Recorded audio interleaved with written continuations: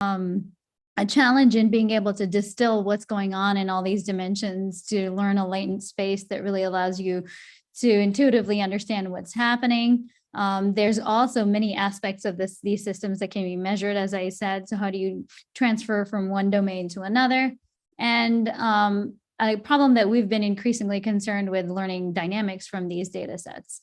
So that idea, of course, is very popular in the single cell world, because finally we hope that we can do some kind of time course that'll allow us to learn dynamics, but we cannot follow cells in time. So how can we learn that? So to solve a lot of these challenges, we started thinking about these biomedical systems and the data that's collected in sort of a different way. We think about the scientific data as it's sampled from a manifold. So what that means is here you have a manifold of data. So that means that the data is restricted to this kind of curvy shape. And so any data you sample is there. Sometimes it's splayed out because of noise.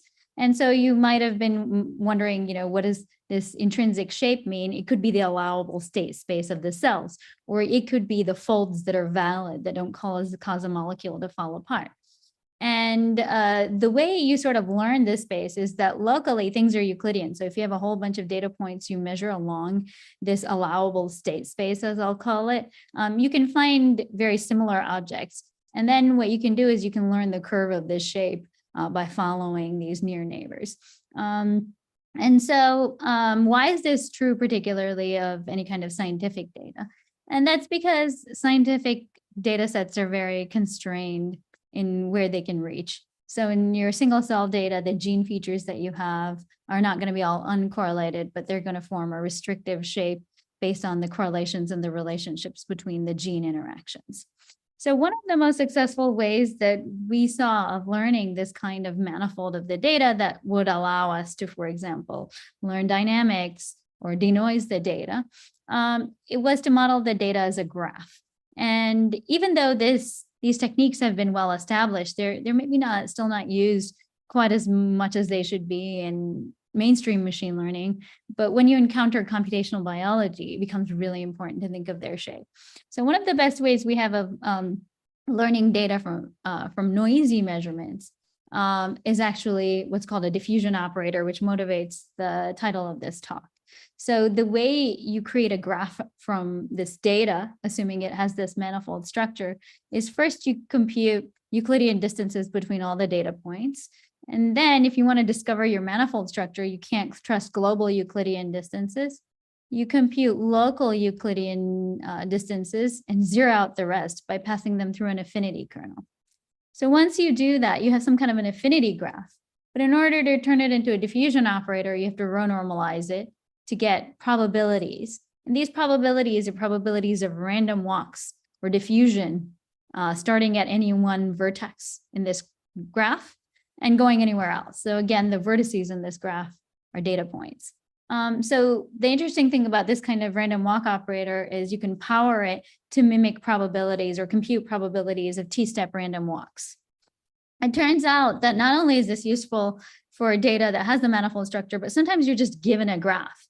And this is how I encountered molecular data often, that the structure of it was encoded as a graph. It turns out that turning this graph into a diffusion operator by row normalizing it and then actually diffusing on it can help pick up the underlying structure of a graph in a way that GNNs aren't doing very naturally. And I'll cover that story towards the end of it. And that's why I wrote molecular generation also will be covered in my talk. So just to tell you what this is actually computing, if you just look at the data diffusion operator, it characterizes how basically heat would diffuse over the surface if you had infinitely many points. And it turns out that these are all some kinds of discretizations or different discretizations. So your diffusion operator is one discretization. Your Laplacian is another discretization of if you had a unit of heat and you let it diffuse on the graph. And so that's what it's looking at. That's the intuitive picture that you want to have. These were pioneered quite a long time ago, in 2006 or so, by the diffusion maps paper. The diffusion maps paper suggested a new kind of embedding space, where in this new embedding space, where you take the eigenvectors of the diffusion operator, weight them by the eigenvalues. A t-step random walk corresponds to just powering these eigenvalues.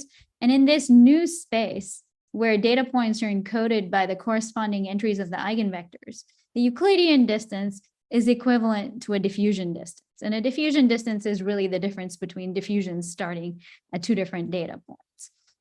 And the idea here is that it would straighten out your manifold and you'd really understand your manifold structure there.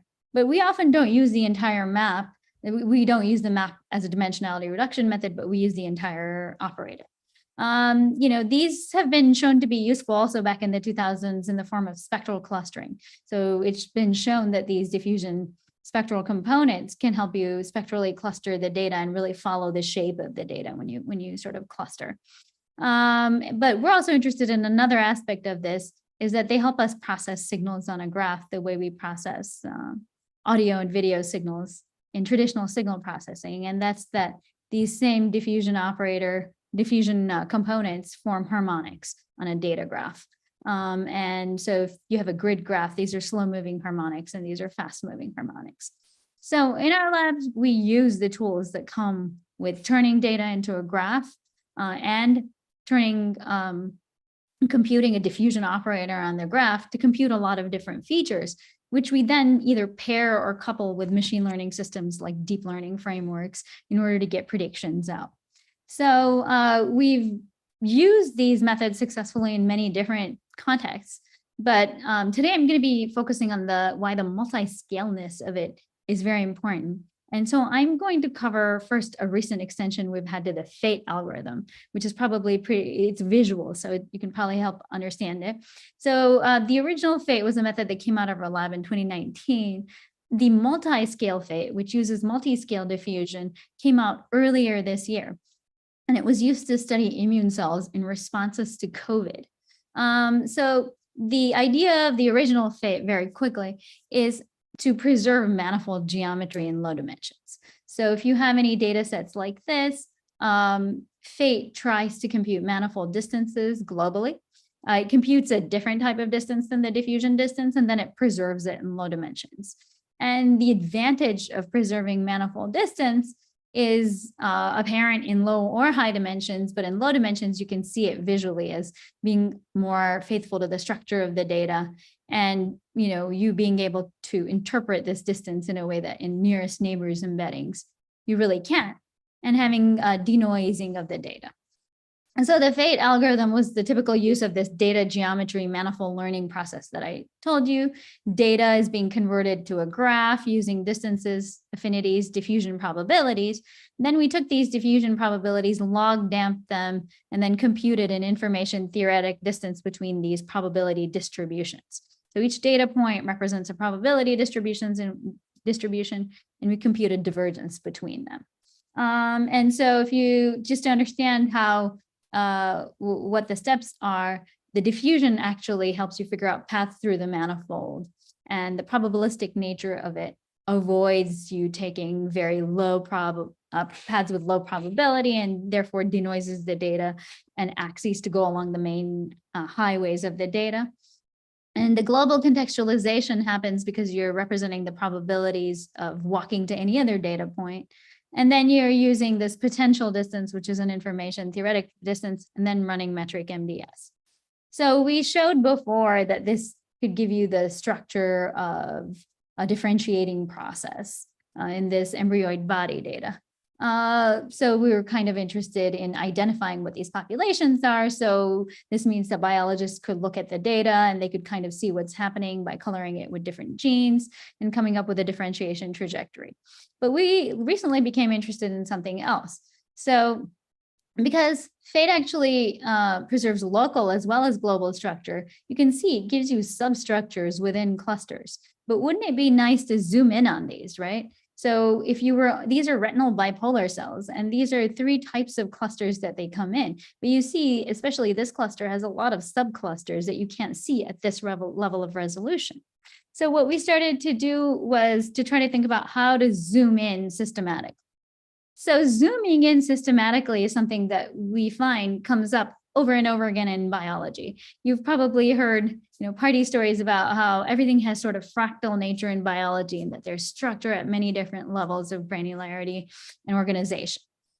And so this reminded us of topological data analysis, actually, which is the characterization or quantification of objects as if they were made out of rubber. So in pure topology, you don't really care about distances and things like that. But in topological data analysis, you enforce this by sweeping over the scale of granularities and finding out interesting things in the process. So topological data analysis actually is a way of combining data geometry with a multi-scale analysis. So if you have these data points here, you grow a ball around them and you connect them whenever the balls overlap. And so at this level of resolution, there's a certain number of components in the data. But when you change the resolution, you're like blurring your vision, you can have more or fewer components. This keeps going. You'll eventually get a cycle, and quantifying these quantifies the data set at every level of resolution. So we became interested in doing this, but we really wanted to operate in the manifold space of the data and not the ambient space, which we had seen gives confusing results. So we sought out to create a diffusion topology. We first recommended this process called diffusion condensation back in 2019 in an IEEE big data paper. Recently, we wrote a paper that's under revision in SciMods, the SciM Mathematics of Data Science, to talk about how you do a topological style filtration on a diffusion operator. So you see this happening. Basically, this diffusion process, what we do is this data diffusion operator, we apply it to the data and we recompute it. When you recompute it, it's at a different scale. And so you see these larger and larger groupings of data that are emerging. And really what it is the one view you get when you put all the data points together is a high level view. So when we're doing that, what we're actually doing is we're creating a filter in the spectral domain of the graph. And this filter is low pass filtering a little bit each iteration, but it doesn't require eigen decomposition. So it's pretty efficient. So in each iteration, you're killing a little bit of the high frequency signal, and then you're recreating what the frequencies are themselves by recomputing the operator. So when we did this, we got a multi-scale version of Fate. So this Fate, that original Fate plot here of these immune cells from the 10x website actually corresponds to a level of resolution that's pretty low granularity in a sense. And we're visualizing the clusters we get when we do the diffusion condensation at a matched level of granularity. And you see this, there's a lot of data points in places, not that many. And you can actually go in and zoom in on this and you'll get a much finer granular picture of what's going on and subclusters. And so you could keep doing this, or you could do it at topologically distinctive levels as measured by one of many topological quantifications. So we decided to apply this to COVID-19 data from Yale New Haven Hospital that our immunologist friends had collected, because immunological data has this multi-scale structure. And so they had measured several different panels of cytometry data of patients who were admitted to Yale New Haven Hospital with COVID. So first off, what we saw was that at high levels of granularity, you get all the usual suspects, shall we call them, B cells, granulocytes, dendritic cells, monocytes, T cells, et cetera. Then what you can do is you can color them with a likelihood, which is from our MELD method of comparing likelihood ratios between samples. And you can find out certain population of cells that are enriched in people who unfortunately died from COVID. And you can zoom in on those and look for substructure. And it turns out when we look at substructure, we get features that are very predictive in a machine learning sense. That's not to say these features cause the death, but they're very predictive of this outcome. And so when you zoom in on this subset, you get neutrophils and eosinophils. And here you were at sort of a higher level of granularity. And so when you zoom in on the granulocyte cluster here, you can attribute some of the subpopulations to this outcome, but not others. And we can quantify the percentage of the subset of the cells that belong to this population in the different patients. We also identified other things like monocyte subsets and found non-canonical monocyte population CD14 minus 16 plus as being associated with mortality. We did the same thing with T cells at a high level of granularity. You can get your familiar T cell populations. When you zoom in, we get very highly non-canonical ones, such as this top population here that's very inflammatory. And this population, of course, has a higher association with mortality than some of the others who actually have a negative association with mortality. So these multi-scale diffusions allowed us to find these clusters, and these clusters can then be fed into a machine learning method. This is a random forest method. And then the random forest naturally quantifies the importance of these different clusters in training for the decision of whether the person dies or survives. And a lot of these were reported in literature, which kind of gives us a sanity check. And as you can see, you can have features that contain the same cells at different resolutions, all T cells versus the IL-17 plus interferon plus T cells, and they can have different associations and they can be contributing to different decisions. And so this is actually a fate diagram that uses these features to draw pictures of a patient where each dot is a patient. So that kind of gave us the idea that these multi-scale diffusions are actually very good for not just organizing single cell data sets where the unit of measurement is a single cell, but rather entire patient populations of data. And so here what we've done was we picked out features that were associated with higher mortality. But again, we sought to systematize this so you wouldn't necessarily have to know about this, but you could do it in an automated, unsupervised type of way. So this is leading to our diffusion EMD method for computing Earth movers distance between different populations. So the idea here is you have different point clouds, and each of these you can kind of think of them in your head as one of those COVID patients on whom you're measuring thousands and thousands of blood cells, and then you're just kind of measuring a distance between them. So this again uses a multi-scale diffusion-based graph density estimation. So just to give you an idea of what Earth movers distance is, it's a way of comparing between different populations. So here we have one probability distribution and another, and this measures the amount of work required to move one to another, provided you have an optimal transport plan.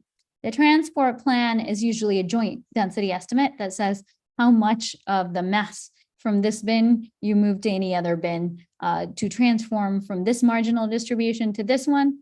And you have penalties for moving, and the penalties are what you would think. They're based on the ground distance. If you have to move it far, you pay a high penalty. If you have to move it very close, it's a low penalty.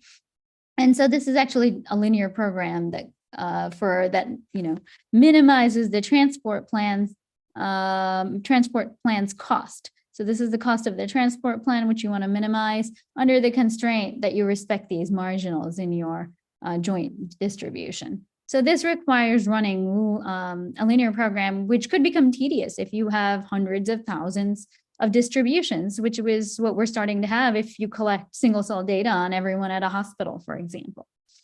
So one of the ways you can do it and slightly more efficiently is called the dual version. And here, what you're trying to do instead of finding the transport plan is you're trying to find a witness function that exposes the difference between distributions.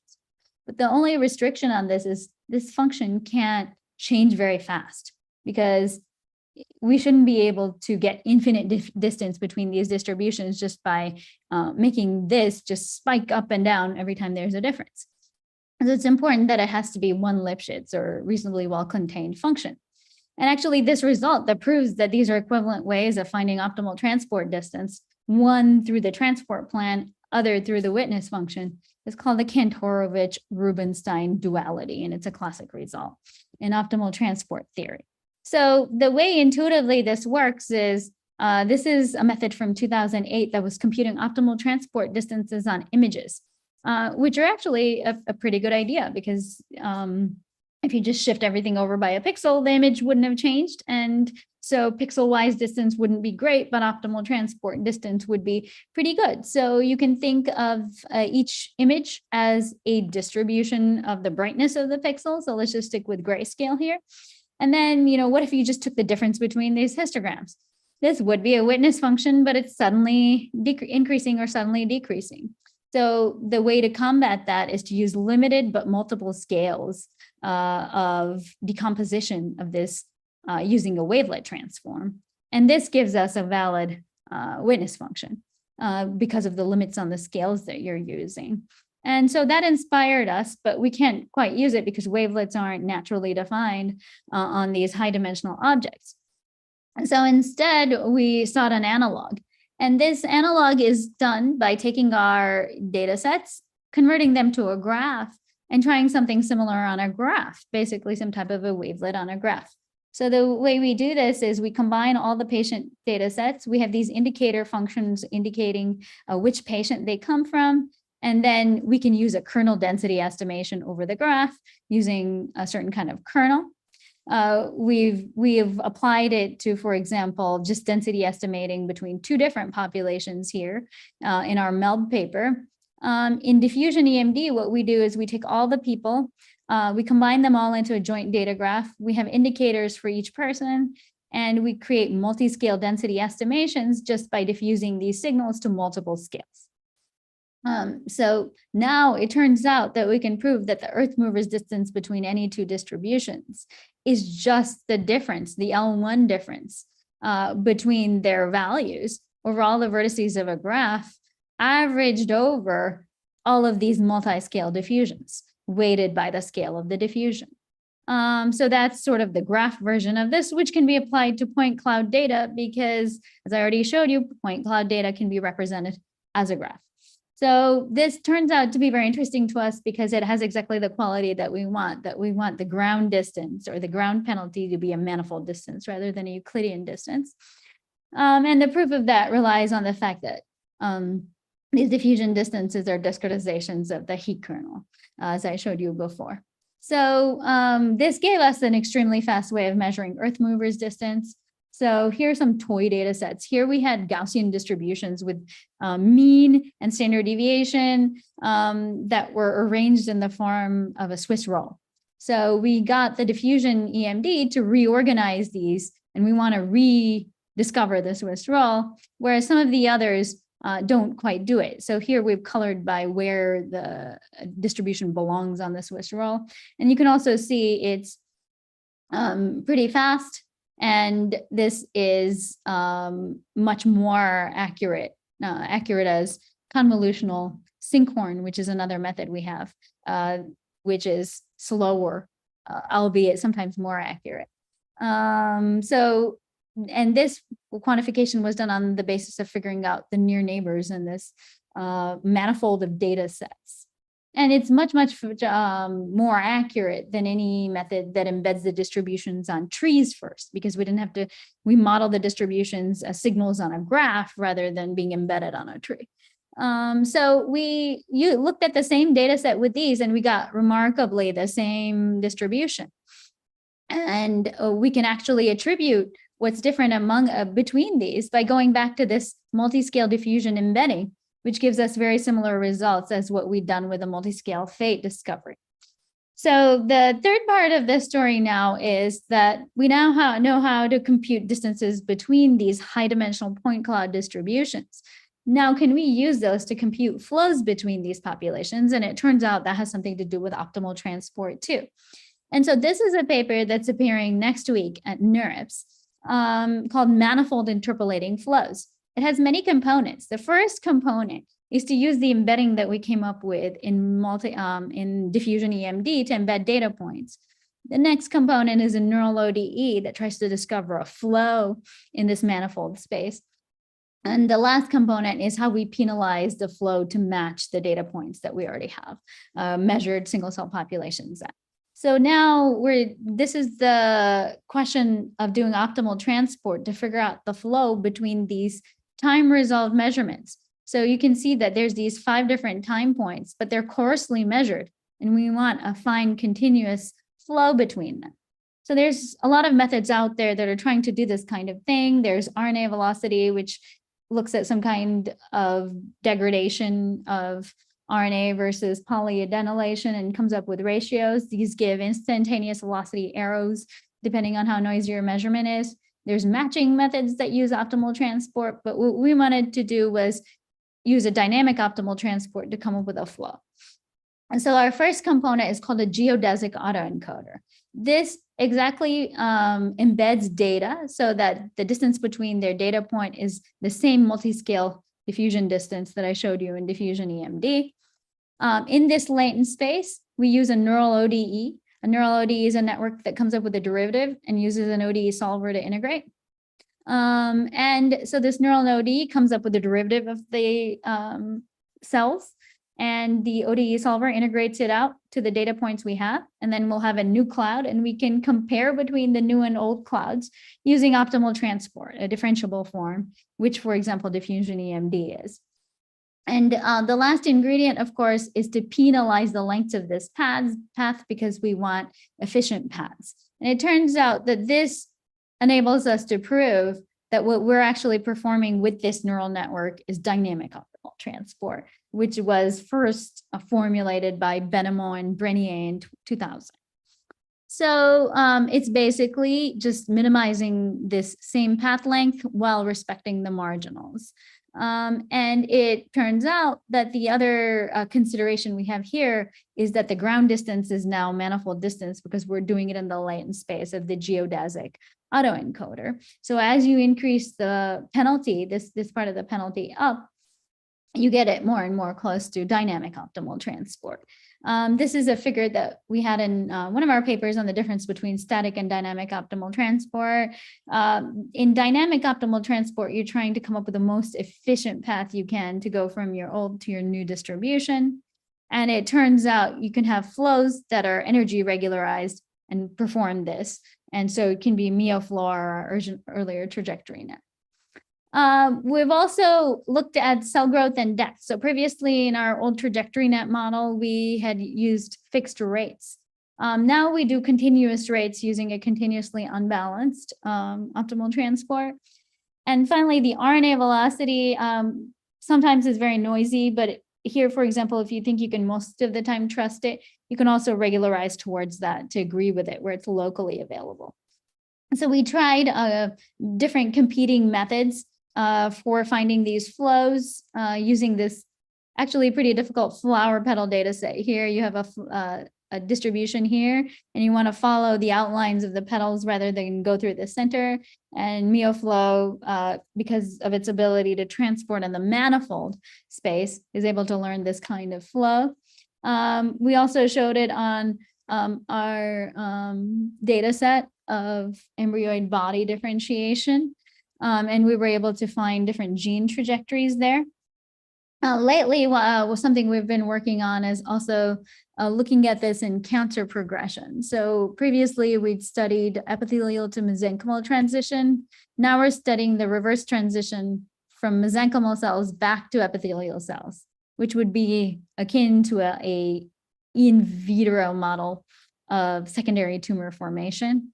These were mammospheres grown by our colleague, Christine Schaefer, over 30 days. And you see that you start getting, big spheres reform from these partially transitioned cells.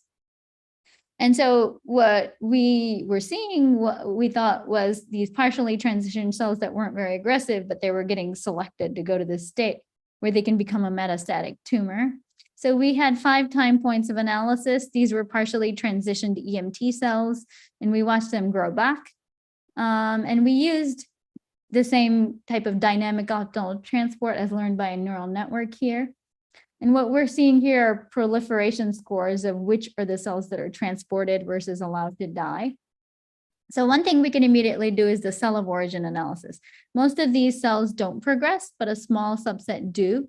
So you can zoom in on those and you can figure out what markers are present in those. And so that's sort of a selective population, both in terms of the cell cycle state, as well as these different markers.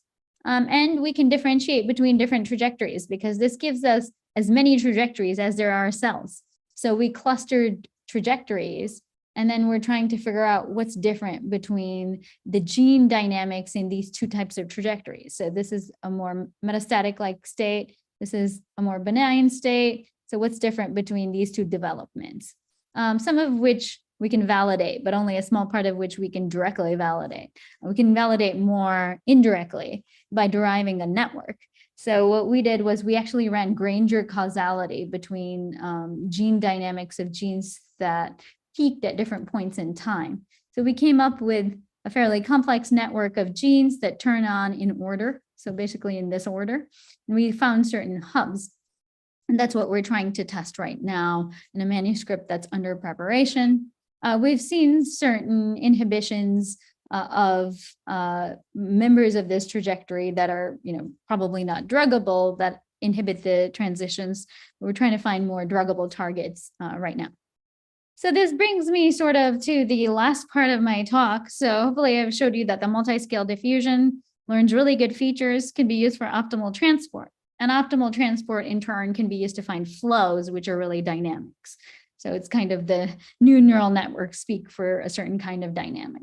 But now I'm going to get away from the manifold graphs and show you that these multi-scale diffusions are actually useful potentially in any graph, like a molecular graph. So we came across several data sets that represented molecules as some kind of graph, sometimes with graph features. And we were interested in doing things like optimizing these molecules or generating new molecules. And so our sort of inclination is to come up with a very good representation of them, just based on our unsupervised learning, representation learning kind of theme in our lab. So we wanted a representation that was faithful to differences in structure of the graph, but also with respect to some properties that had been measured of several molecules in this kind of data set. And we wanted it to be invertible in the sense that we can go from this representation back. So this is where neural networks are really useful. So if you put a data point into Fate or something like that, usually those data points are all part of the training data. So when instead you use a neural network and you regularize the neural network to follow this type of manifold, then you can actually decode it out. And it allows it to be an extensible embedding in a much faster way than doing other kinds of extension like Nystrom extension and things like that. Molecules encoded as graph can offer both sequence and structure information in the form of, node features as well as edge connections. So you might be wondering, why don't we just use graph neural networks for this? We tried using every kind of graph neural network, but the issue is molecular properties are a result of the global folding pattern of the graph and not local node structure. And a lot of the graph neural network regular operations like neighbor aggregations really give you a sequence of node embeddings that aren't capturing the underlying structure of the graph. So here's an example. So if I took these two graphs, which globally are quite different, this one has this loop and this one doesn't. And if you're looking at local feature aggregations, then most of the local feature aggregations are the same because the local neighbors of these vertices are virtually identical besides this one. But if you look at graph diffusion, you start a signal here and you diffuse it, you can immediately tell the difference between these two graphs. In this graph, you can get everywhere within 2 steps of diffusion of right here, of this vertex. In this graph, you can't, you need 3 steps. So this will distinguish between different structures. And so we looked to different kinds of wavelets we can create on graphs, and we saw diffusion wavelets. So diffusion wavelets are these multi-scale diffusion differences. So this is one scale of diffusion, and this is another scale of diffusion, and you just take the difference between them. This creates a diffusion wavelets. Again, like some of the stuff I've been saying, the diffusion wavelets came out about 20 years ago. But it was only very recently, in the last year or two, that people went deep with these diffusion wavelets. And when I say went deep, what I mean is you can take a signal on a graph, you can apply diffusion wavelet transforms, you'll get new signals, and then you can do it again. You can apply another layer after some kind of nonlinear aggregation. So this is exactly a type of neural network that's really built up on these wavelets. But what's different about this kind of network from this paper, for example, from Gao et al. Is that there aren't learnable parameters. So in my lab, we tried to make these parameters learnable. So we have a paper called Learnable Geometric Scattering that we had in IEEE MLSP last year, and now it's under review in IEEE transactions of signal processing. So we have these different scales of, we have a signal, it's diffused using an R and N by repeated diffusion operations. We collect these to form the, differences, and we weight them, and we then use this module for nonlinear aggregation, and then we do it again. And so all of these parameters now are left free, and you can learn all of these parameters. So using that, we created what's called, we created a couple of neural networks. One of them was called a geometric scattering autoencoder. So here you take this scattering transform here, and then you use an autoencoder that autoencodes between values of the scattering transform. And here we have a regression penalty that organizes these not only by the structure of the scattering, the structure of the molecule, but also by a meta property. And we had a scattering inversion network here that inverts it out.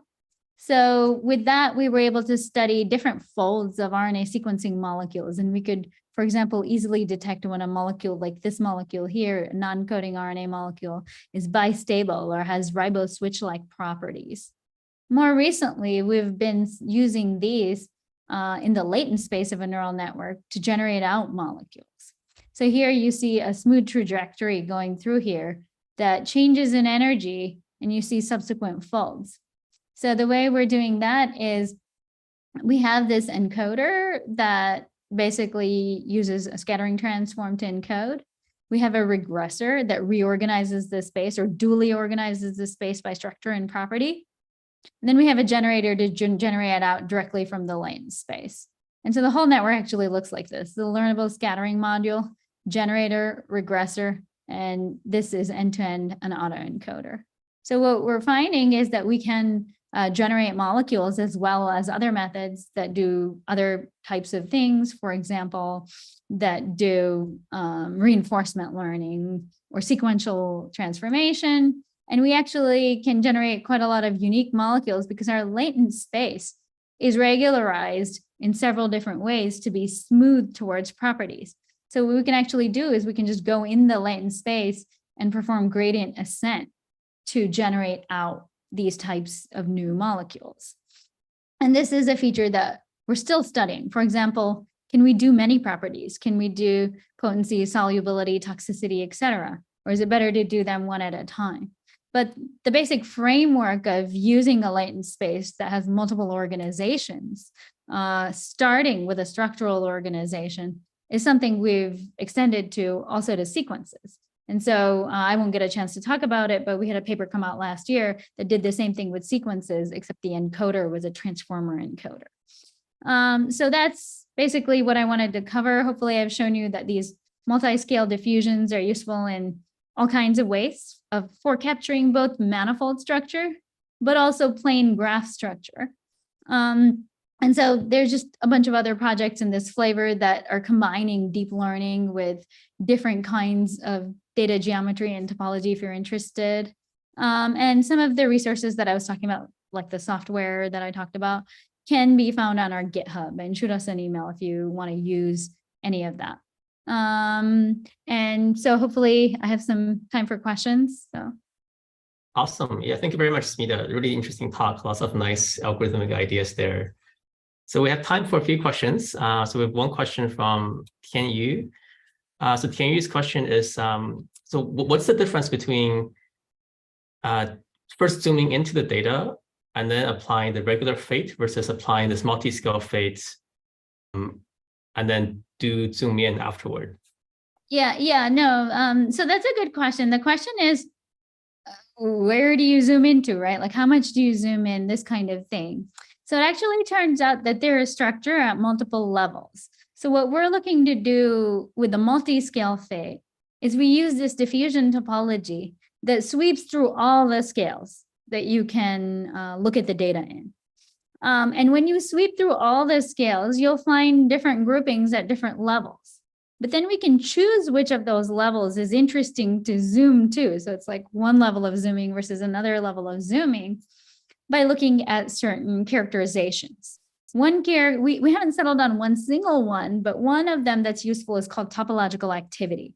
So we can get to these metastable level where not a lot of merges are happening, topologically speaking. And that at that level, the topological activity metric will be low. So those are metastable regions, and you can zoom in. So if you didn't analyze the whole process, you wouldn't really know what's the next level, right? Because, there's so many levels.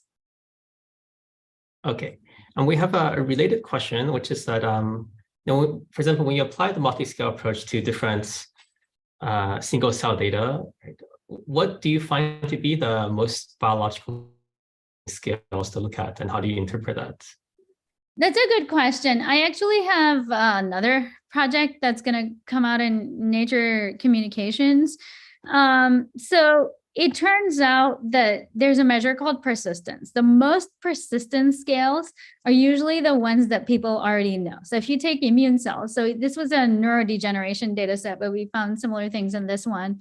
The most persistent scales were the populations that were canonically being looked at by the immunologists, like the the microglia and the astrocytes and the fibroblasts and stuff.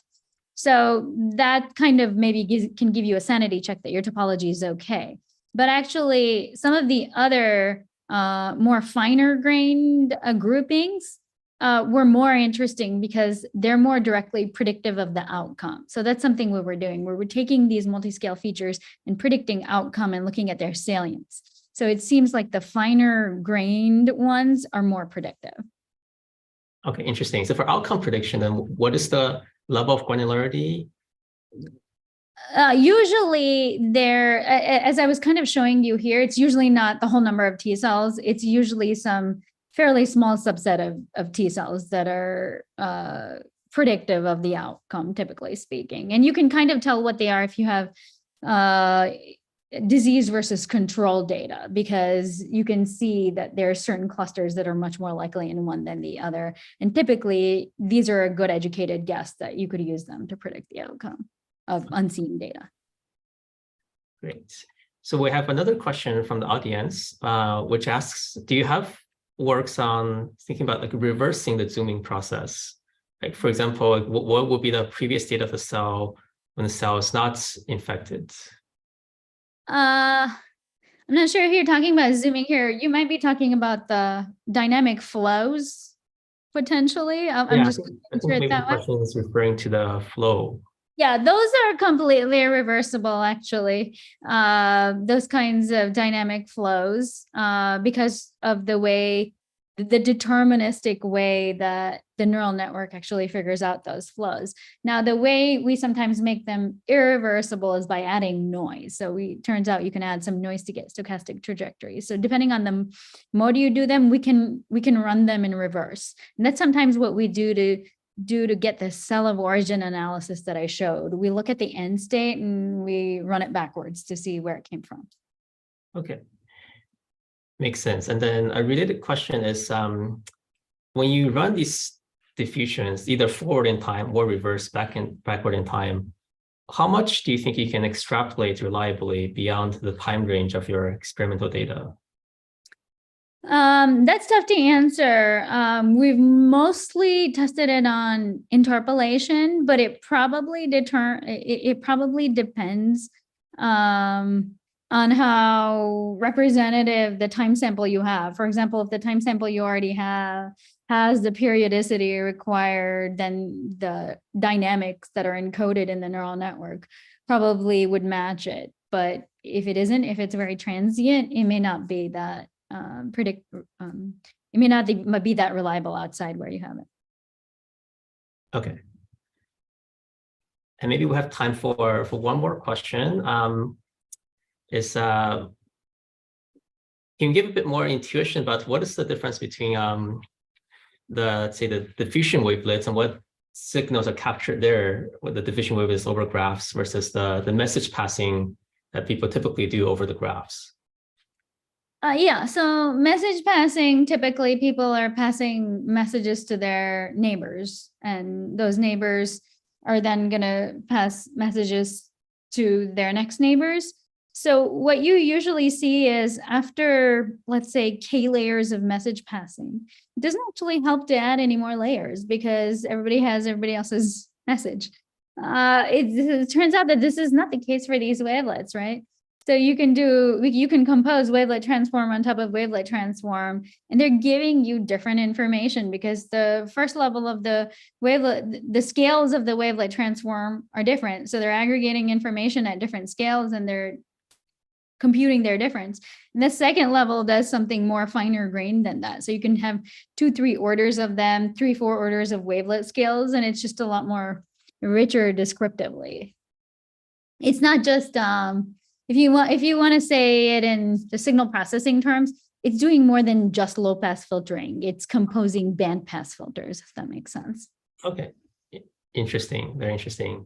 So we have one more question that just came in from Wenkai. So the question is, do you think these diffusion analysis could be conducted for maybe exploring species evolution? I'd have to know what the data would be. I guess it could be like genetic data. We don't have a lot of experience with like genetic mutational data types in our lab, but we have tried some of these methods just anecdotally on population genetics type data, and they do seem promising. But of course, I think we'd have to have a collaborator to help us with it. Okay, great. So maybe someone will follow up from maybe somebody will. Yes. All right, thank you. Great. Well, thank you very much again for the really interesting talk. Great. So now we're ready to move on to the oral presentation sessions.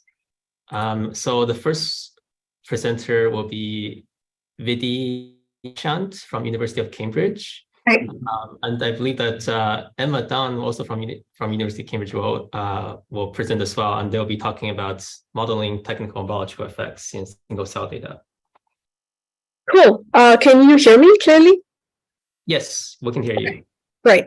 Good evening, everyone from the UK. I'm excited to be presenting our latest work called Modeling Technical and Biological Effects in scRNA-seq Data with Scalable GPLVMs. So this is joint work with my colleagues Aditya and Emma and several other collaborators and colleagues at the Wellcome Sanger Institute in Cambridge and, of course, in the university.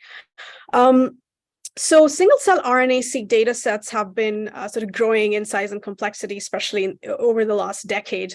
And scalable dimensionality reduction techniques are in need to actually capture biological variation in these extremely large single-cell data sets. But at the same time, we need models that account for technical and biological confounders so that we kind of know that the structure we're modeling is actually biologically meaningful and we're not just capturing sort of technical effects.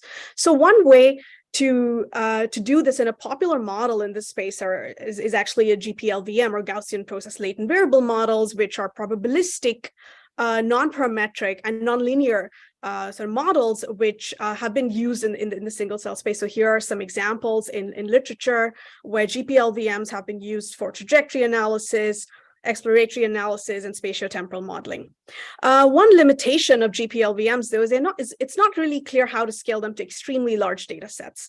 And so our work really kind of addresses that by introducing stochastic variational inference for GPLVMs. And we also address through our novel formulation, how do we account for these technical and biological confounders? So I'm going to start off with just a really brief overview of Gaussian process latent variable models.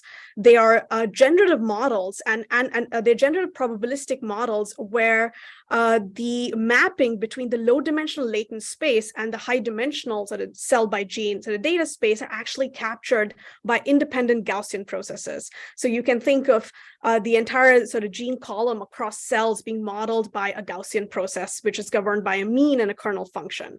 The dimensionality of the latent space can be specified at the outset or can be automatically sort of learned by the form of the kernel function by using automatic relevance determination. And usually Q is less than D, and one can actually sort of observe and look at the low dimensional sort of learned latent space to sort of capture, to understand biological structure in the single cell data. So the kernel function is a really critical and crucial ingredient of this model. And whenever you use a Gaussian process, the kernel function is the key thing that you need to specify at the outset. So something that motivates the form or the structure of the kernel function in our work is that sort of we assume that this cell by gene matrix is affected by sort of cell cycle effects and other biological effects. So the form of our kernel is actually, it has a product structure. So we have one dimension. So we have the periodic kernel, which applies on a single dimension of the latent variable. And then we have other Q dimensions captured by a squared exponential kernel. And so those quantities in blue there are all hyperparameters, which are part of the learning process in our GPLVM model. And then we sort of have this product structure of the periodic kernel multiplied by the squared exponential kernel, but the periodic kernel only applies to a single dimension of the latent space. And this is really one of the advantages of working with GPLVMs, is that you can actually encode all of these prior assumptions through the kernel function. So moving on, a quick sort of overall look at our model. So we assume that our expression data is driven by this Gaussian process captured in this variable f, which is actually a sparse GP, and some random effects. So we also have this design matrix which captures the metadata coefficients, which is given to us at the outset. And the kind of principal thrust of our model is that we actually model the F and phi B, the random effects, as a joint Gaussian process. And using straightforward identities, we can actually just write down the mean and covariance of this joint process. So those quantities in blue, again, are just hyperparameters that are a part of the learning process. So the key attribute of this model is that canonically we would just have these independent Gaussian processes driven by a kernel function that gives you a kernel matrix. And in our model, we have this augmented Gaussian process prior. So by enveloping the random effects inside of the kernel function, we get this additional term that gets added on to the kernel function. And it's and the parameter new there it's a part of the learning process. So that's a hyperparameter that's trained. But an important sort of aspect of this model is that it allows us to write down an objective that actually factorizes across cells N and D, the gene dimensions. So this allows us to actually do stochastic variational inference, but during training, we're able to just sample a random mini batch from the data. So in our world, this would be sort of a random batch of cells, and construct our objective based on this sort of random mini batch, and then take our sort of gradient optimization sort of steps. And so this is really a key attribute that allows this kind of formulation where we are sort of augmenting our kernel to write down an objective that's factorizable, and we can do stochastic variational inference, allowing us to scale to really large single cell data sets. So this is like an overall overview of the model, and I'm going to pass over to my colleague Emma, who's now going to sort of give an overview of the results that we have based on this model. Over to you, Emma.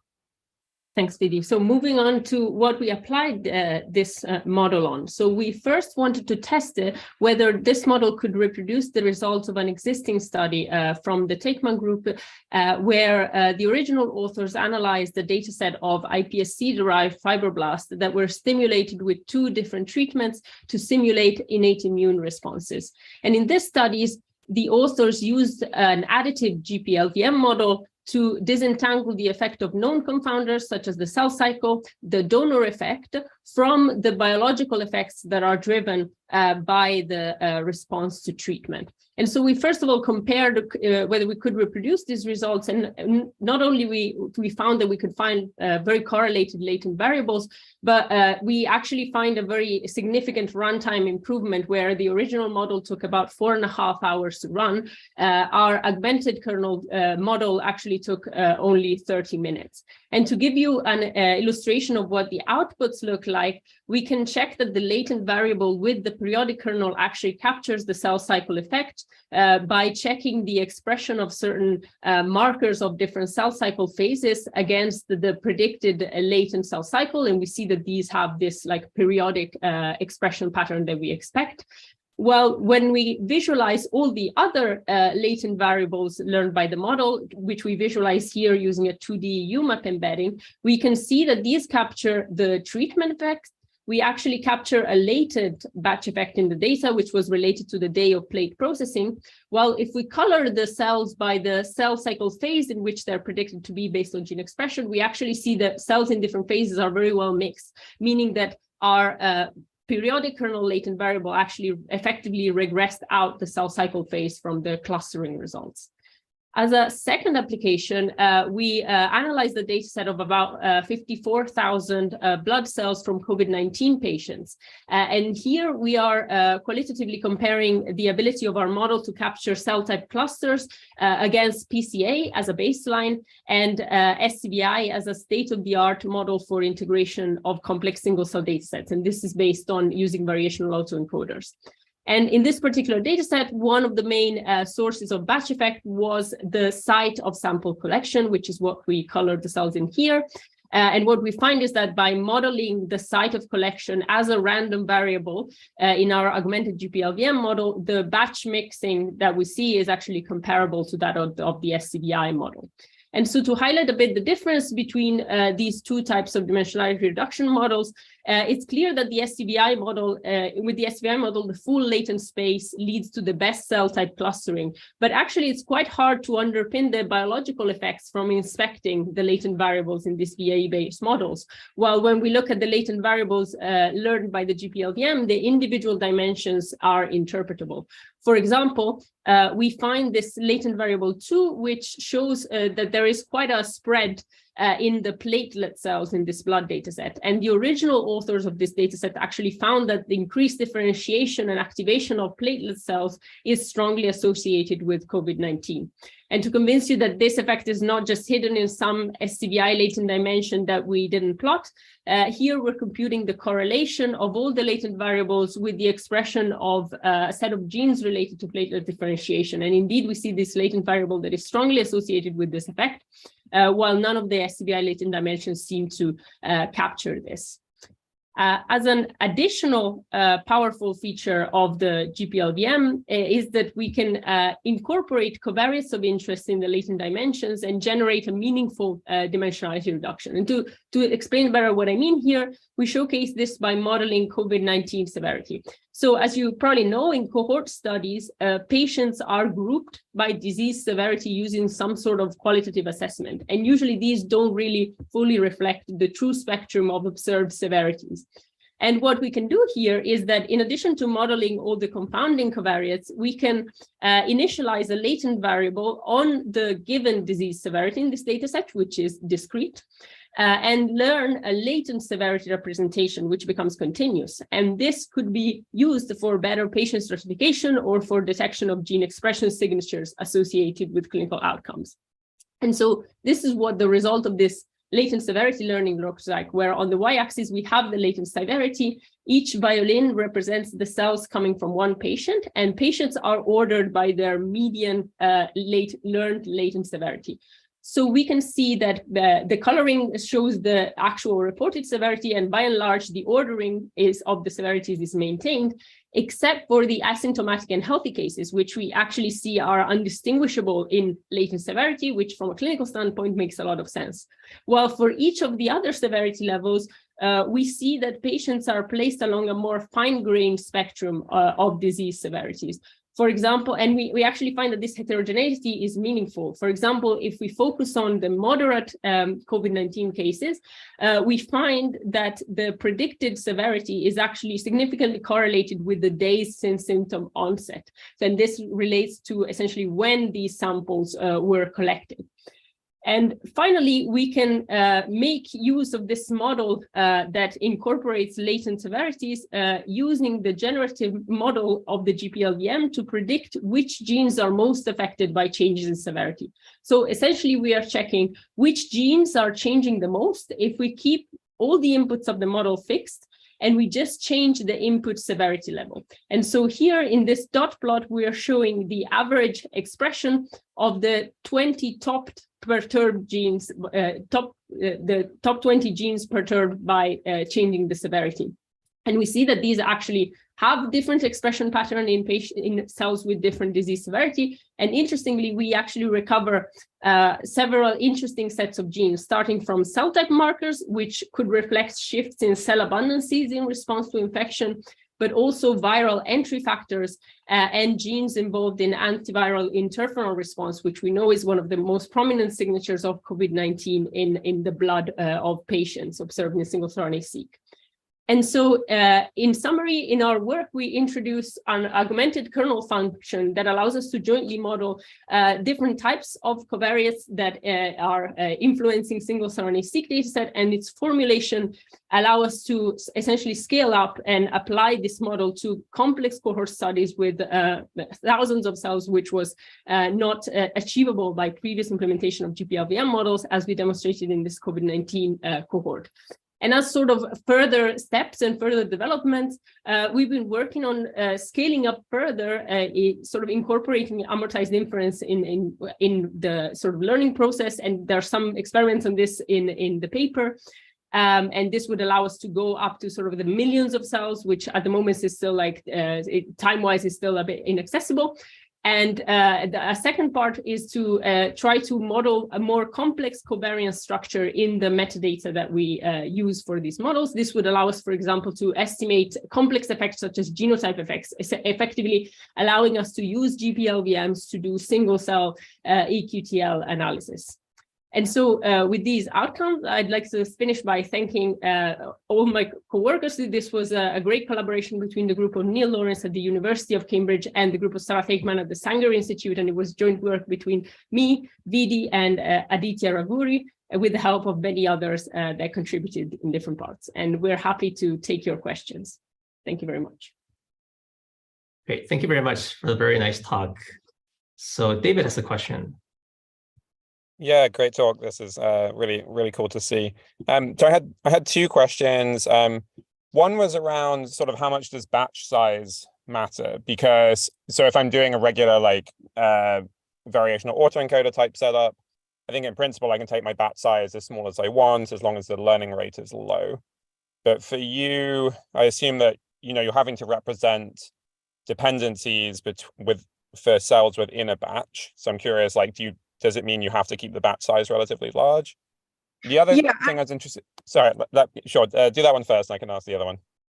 Sure. Yeah, I think that's a great question. So I think in our experiments, I mean, there is obviously the natural sort of trade-off between batch size and the learning rate. And I think that we kept the batch size relatively large because when you're doing stochastic, like something like between 200 and 300, I mean, across the different different data sets. And yeah, this is just something that I think I think it stabilized training a bit more to keep the batch size large. This is one of the things that you need to kind of address when you're doing stochastic sort of variational inference type work, is to actually look carefully at this trade-off. And I think we calibrated sort of the batch size to be, and we ended up going for a relatively large, so between 200 and 300 cells per batch. Great. And the other question was going to be around sort of robustness to restart. So I think it's not, a Gaussian process regression in itself on its own is sort of an analytic solution, right? But once you get to the LVM and you're also having to learn hyperparameters, it's no longer that you're going to necessarily get the same answer every time you run. But I'd sort of hope it might be that you might still be more sort of consistent in the answers you get across restarts compared to just a neural network. So I'm curious if you've looked at that. Yeah, actually, initialization is like a really important sort of part of the study. And actually, when you go from kind of canonical sort of GPLVMs that were not based on sort of stochastic sort of variational inference, I mean, the initialization was even more important. And you kind of had to initialize. I mean, it's usually like in literature, GPLVM models, they would initialize at PCA, at the PCA initialization. Yeah. And I think in our paper, we do resort to that. We do resort to PCA initialization as well, just to kind of have that sort of element of reproducibility. But actually, when you do use GPLVMs with stochastic variational inference, in my experience, trying out these models, and not just scRNA, but other sort of types of data sets, they are more robust to initialization. Like the stochastic version of the GPLVM is more robust to initialization than the canonical version. But for our work in the single cell data sets, we did initialize at PCA. That's really interesting. I wonder if that's just because people make this argument with stochastic gradient descent normally that the additional randomness you get from it lets you like jump out of a bad local optima. So yeah, very interesting. Great work. Thank you.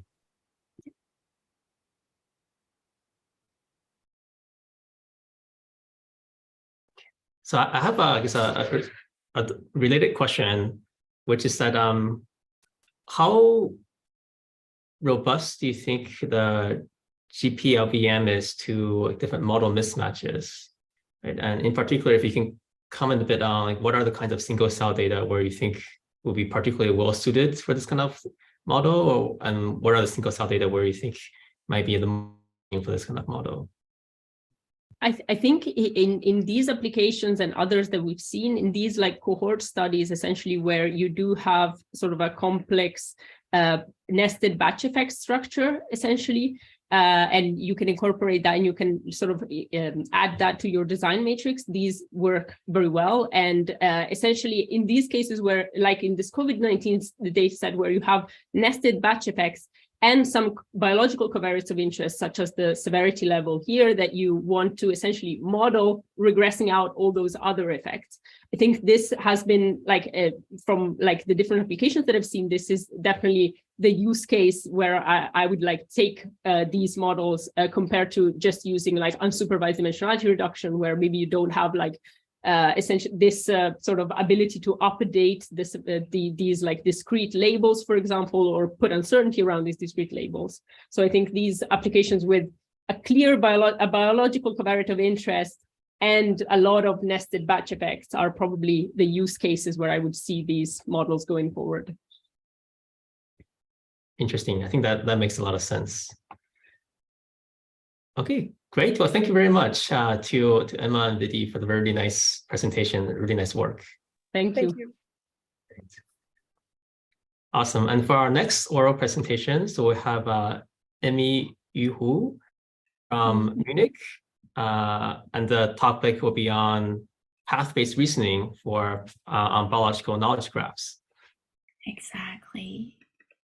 I am sharing my screen. Are you able to see well? Yes. All right, great. Then I will begin. Good evening also from my side. I am in Germany right now, and I have the honor of presenting our work about reasoning on biological knowledge graphs, specifically using path-based methods, and our application is the functional annotation of genes.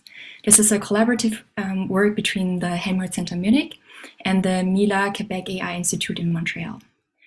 Let's get started. So for the functional annotation, it is a process of describing a gene in terms of its biological roles, molecular functions, and regulatory dynamics. So we are trying to understand a gene in all of its functions. There are already a lot of initiatives and a lot of efforts into that direction. For instance, there's the gene ontology database with all of the GO terms, as well as the KEGG pathway database, also denoted here. And because novel and manual annotation over experiments might be slow and inexpensive, as well as labor intensive, an automated framework of functional annotation based on the existing knowledge might be very useful. So how do we get there? Let's take a step back. First of all, genes, they do not act alone, but rather together. For example, to give rise to cellular function, for example. And in this case, I have an example of a B cell receptor signaling pathway. And here we see that already a lot of genes are involved for the activation of this pathway. So there might be negative as well as positive regulations happening here. And all of these genes might already be annotated with the B cell signaling pathway. All right. This information for all of the pathways, as well as for all of the genes, can also be summarized in a graph form, so that the nodes would represent genes or small molecules, such as chemicals, and the relationship between them are then expressed as the edges. For example, we see here gene A controls the expression of gene D, let it be upregulation or downregulation, but A can also interact with or be in complex with another gene. And for example, here in this case, gene B phosphorylates gene C. All right. In addition to the gene regulations or the protein regulations, we can also further add the pathways. So in our case, we were then looking at the KEGG pathways, and these are denoted here as the blue nodes. So these might be involvement in cancer, B cell signaling pathway, which we've seen already, or inflammatory circadian rhythm, for instance. And here, then the relation is the function, so meaning that the pathway is assigned to be a function of a gene, for example. And then what we are interested in, especially in function annotation, we are interested in the function of gene C, and if it has the function H, for instance. So this is exactly what we're interested in. So this kind of formulation is actually very similar to the computer science field of knowledge graphs. Here again, all of the entities are represented as nodes, and the relationship between these entities are represented as the edges. And an important task here is the knowledge graph completion, which is actually exactly what we are aiming at, which is inferring missing links based on the information that is already present in the database here. And let me give you an example of this knowledge graph completion. This, for example, whenever we ask a question to Alexa, for instance, and the missing link or the missing information, the missing answer is then deduced over knowledge graph completion. So for knowledge graph reasoning or knowledge graph completion, we might be looking at some of the methods here from the computer science field. So this, especially what I'm focusing on, is prior work that has already been published, so NBFNet, and it is a path-based reasoning algorithm. And we adapted and applied it to our biological functional annotation use case. But to understand this path-based reasoning, let us look at how humans perform reasoning. For instance, we might be asking ourselves, what's the relationship between the blue node and the orange node over here? And we might, to deduce this relationship, we might be looking at the structure between the blue node and the orange node. And the structure is then also can be expressed by the set of all the paths that connect the blue node and the orange node. So an example of a path is, for example, the blue node's wife and the wife's son, the son's niece, and that might give me the information that the orange node is a granddaughter of the blue node then. So of course, now I've only looked at one possible path, but the idea is, in order to understand the relation between two entities, we are looking at all of the paths between two entities. So all of the possible paths that are that are connecting the blue and the orange node. A difficulty presents itself, which is that there are exponential number of paths with regard to the length of the path. However, we also recall from computer science literature that many path problems can be solved in polynomial time. For example, the personalized PageRank algorithm by the power iteration, or the shortest path by the Bellman-Ford algorithm. And this is exactly also the idea here. We're applying the same idea and using dynamical programming. Without going into the details, let me show you the conclusion, which is the combination or applying dynamical programming to the path representations. We arrive at a message passing framework. And for that, as an input, we initialize the source node and perform our message passing. And in the end, as an output, we obtain node embeddings for each of the target nodes that is reflective of the relationship between the target node and the source node. So what we're computing is kind of, instead of learning, for instance, a node embedding, we're learning an embedding for the relationship between the source node and the target node, which is also a pair representation. And yeah, you can think of it as a source-specific message passing process. Then, with neural parameterization, we then arrive at a message passing graph neural network. And here, where we model a query, which is giving a source node and giving a relation, we're asking about what is the target node. And here we have three important elements, such as the indicator function where we learn embedding for the relation R. We have the message passing function where we take took relational operators from classical knowledge graph embeddings, such as trans E, dismode, and rotate E.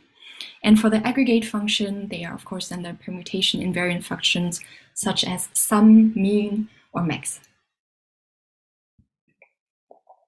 Okay. Just a little overview of what is the difference between maybe a path-based and an embedding-based method. For the embedding-based method, we are learning embedding for each entity, so an embedding for each node. And specifically, we're also using the one-hop links to constrain the embedding space. Whereas during the inference, we are then inferring the new links, maybe over potential multi-hop nodes. And while the path-based or MBFNet specifically, we are, even during training, we're capturing the multi-hop paths, and the inference is also happening over the multi-hop paths. All right. Great. That was a little detour into reasoning on knowledge graphs. Now let us come back to our biological problem, which is inferring the missing links in these biological knowledge graphs, specifically focusing on only the links between the blue nodes, so pathways, and the pink nodes, which are the genes.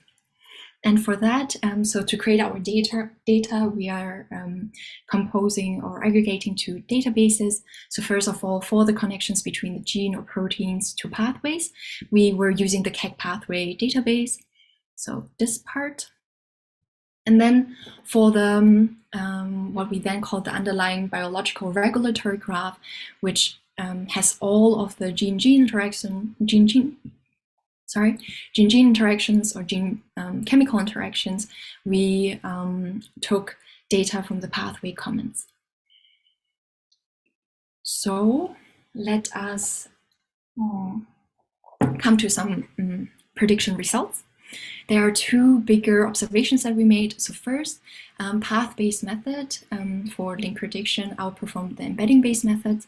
So in our case, MBFNet is the path-based, and then embedding, we were taking three methods that are embedding-based, establish embedding-based for knowledge graph completion as well. That was trans E, dismode, and rotate E.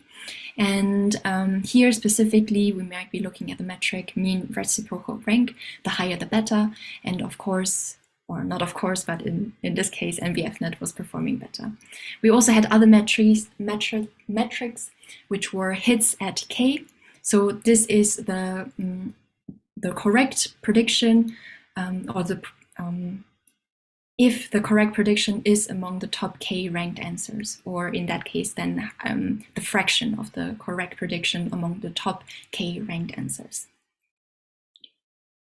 And then the second observation that we made was more on the biological part, so that using also the biological regulatory graph increased the link prediction performance, What that means is in the first case on the left-hand side, we did not use the biological regulatory graph, meaning we were only predicting on this bipartite graph consisting of pathways and genes, which might also consist only of a small set of genes. Then in the right-hand side, we were using all of the gene-gene interactions that were available over the Pathway Commons database. And here we see that taking into account the background biological regulation, this indeed helps with our functional annotation. And there's another interesting thing that we observed, that actually the performance of the embedding-based methods did not increase, but rather decreased. And we're thinking that because we're adding many more genes and many more nodes, that the noise was overtaken by trying to learn an embedding for every node. Then, so spending maybe too much computational efforts on that. All right. Then, and another advantage of path-based method is the interpretability. By visualizing the gradients along the path, we can also see what was important for the prediction. So here in this plot over here, we are visualizing the top 10 paths, and also by highlighting the most important one with the highest weight in red here. So this is just an example. We were looking at cryptochrome 1 and the functional annotation of circadian rhythm. And by following these relations in complex with, interacting with, and Arnto, which has already been annotated to play a role in circadian rhythm, in the end, this is how cryptochrome 1 was also annotated or also predicted to play a role in circadian rhythm. And this kind of visualization is actually quite useful because we can then easily go back to the literature and validate the path for the biological plausibility. So in this case, indeed, we find transcription factors that form a heterodimer, which then activate the expression of two genes, which in themselves form a heterodimer, which then repress the expression of the transcription factors. So this is a quite nice validation or visualization. So in summary, we show that the path-based link prediction method is useful for reasoning on biological knowledge graphs, so that path-based prediction methods outperform the embedding-based, and the underlying biological regulatory graph aids in the performance for the link prediction. And with the visualization, we can also easily verify the prediction for the biological plausibility. And for future directions, we would like to understand more the advantages of the path-based methods. And on the biological side, it might be quite interesting to also add gene expression information, because right now we're only working on the graph itself. And we are hoping that gene expression information can further inform the functional annotation and then also the relevant paths. So with that, thank you very much, especially to Zhaocheng Zhu and Louis-Pascal Renaud, who are my collaborators and also our supervisors, Annalisa Masico and Jian Tang, and also happy inviting you for suggestions or questions. Awesome, great, thank you very much. It's a really nice talk, and thank you for joining us from evening time in Munich. So we have a question from Alan. So the question is, how do you encode different kinds of edges and nodes? So for example, like phosphorylation or regulation, like how do you encode those as different types of edges? A very good question, thank you very much.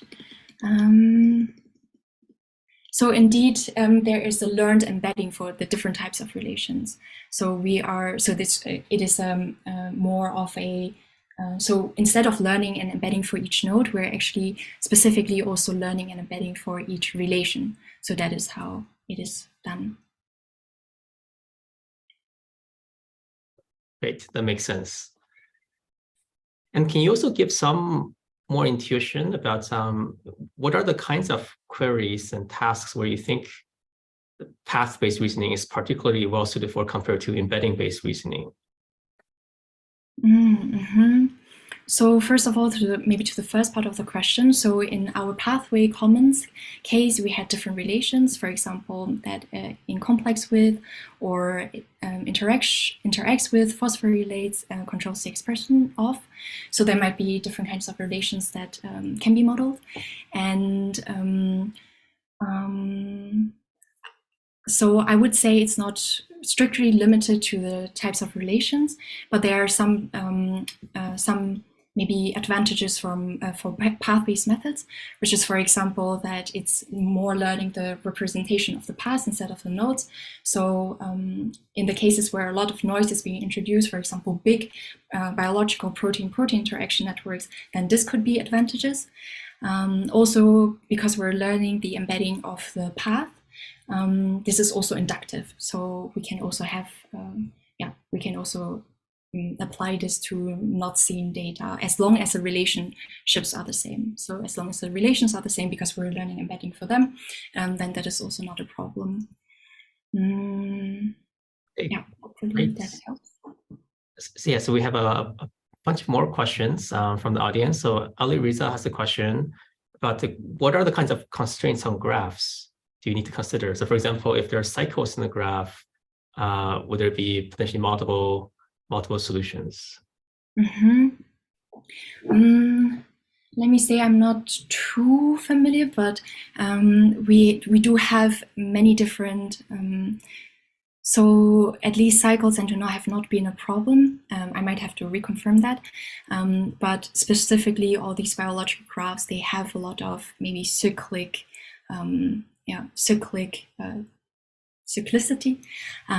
But because each of the relationships are clearly defined, the model should be able to still pull apart which is the important relation in that case. Okay. But maybe this is also something to be more investigated in detail. Yeah, for sure. Yeah, that's interesting. Alexander has a question about how do you think about consensus among these different paths? So for example, if one path suggests one option like activation and a different path suggests a different option, repression, then how the algorithm come to a consensus? Yeah, that is a good question. So maybe this might become more clear here. So of course, here we see many, so this is again the interpretability, and then here we see actually many different paths that are possible or that play a role. In this case, we only highlighted the most influential, but yeah, this is a very good question of how can we tell which path might be the correct one or what's actually happening there. Actually, I don't think we are able to answer that question, but we are only able to show that at least this relation computationally has, for example, also denoted by the width of the edge here, that this might was very influential, or this path has been taken many times in that sense. But yeah, I think that is maybe also a drawback. We are not really a causal model in that sense. Yeah, that's interesting. So maybe we'll have time for one more question from the audience, which is if you could say a bit more about what is the inputs for each of the node? What is the input for each of the nodes? What does that mean? So maybe it's asking, how do you represent each node? Is there a particular set of features that's associated with the node? No.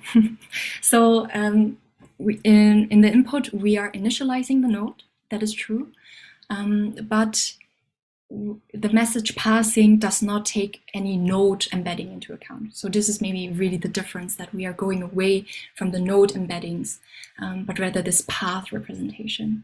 But indeed, so for example, this might also tie in with my last suggestion. So we are maybe wanting to add in gene expression information, where of course then the node information will be important. And this is a challenge, definitely. But for example, in our case, maybe we would just initialize the first source node with the gene expression and then perform the message passing. But yes, so first of all, until now, there's no node embedding, no node information. Great. Well, thank you again for the really nice presentation. Thank you very much. And next third oral presentation, we'll have another presenter from Europe. Krzysztof Koras from Warsaw will be telling us about generative recommendation systems for cancer drug generation. Yeah, hello everybody. Can you hear me clearly and see my screen? Yes, sounds good. Yeah, so thank you very much. And as you said, hello from Warsaw, which is not very far away from Munich. So again, my name is Krzysztof Koras, and it is my pleasure to present our work on a generative recommender system with Jim and Prior for custom drug generation and sensitivity prediction. The presented work can be categorized into two important subfields of machine learning or computational biology. Sorry. Namely, the computational drug sensitivity prediction is the first one. So the machine learning models have a great chance to improve the broader field of the personalized medicine, where the therapy needs to be specifically tailored for the patient's diagnosis. This is particularly important in cancer, where because of tumor heterogeneity, the different underlying molecular makeups of the cancer cells can cause very different treatment outcomes. The second major topic is the compound generation problem. Because of the growing costs of drug development, as well as high failure rates of clinical trials, which can be as much as 99%, the generative machine learning models have potentially a huge role to play by providing with the new promising drug candidates. However, in order for these candidates to be useful, they need to have the well-defined properties. So here, to address some of these needs, we developed VALUES, Variational Autoencoder-Based Drug Efficacy Estimation Recommender System. Regarding the problem of the drug sensitivity prediction, the model first infers the compounds and cell lines latent lower dimensional representations, and then uses those to predict the drug sensitivity value, here expressed as the IC50 of the cell viability. For the compound generation problem, the model performs the clustering of the compounds in the latent space, which then enables to generate compounds from specific clusters and infer their properties, such as the inhibition profiles and the sensitivity value across a panel of cancer cells. In order to achieve that, we need to account for a variety of the data types, namely the compound SMILES vector representations, which account for their chemical structure, the molecular features of the cell lines, here mostly gene expression, the inhibition profiles across a panel of protein kinases. We also take advantage of the fact that the drugs can be clustered together in this inhibition profile space and actually use this clustering information and feed it to our model to guide our own clustering within the model. And lastly, we also need the true IC50 values for the azithronic labels. VALUES is the neural network architecture consisting of three major parts. The drug module is a variant of a variational autoencoder. It takes an input the featureized SMILES vector embedding and has two decoders, one corresponding to the input reconstruction and one corresponding to the inhibition profiles or IP inference. In contrast, the cell line module is a standard non-probabilistic autoencoder. And lastly, the sensitivity prediction module takes in the concatenated latent representations of cell lines and drugs to come up with the IC50 estimate. And here we train this whole framework simultaneously in order to derive the best latent representations for all of its tasks. Now I would like to delve a little more deeper into the variational autoencoder framework, which is at the core of our model's generative part.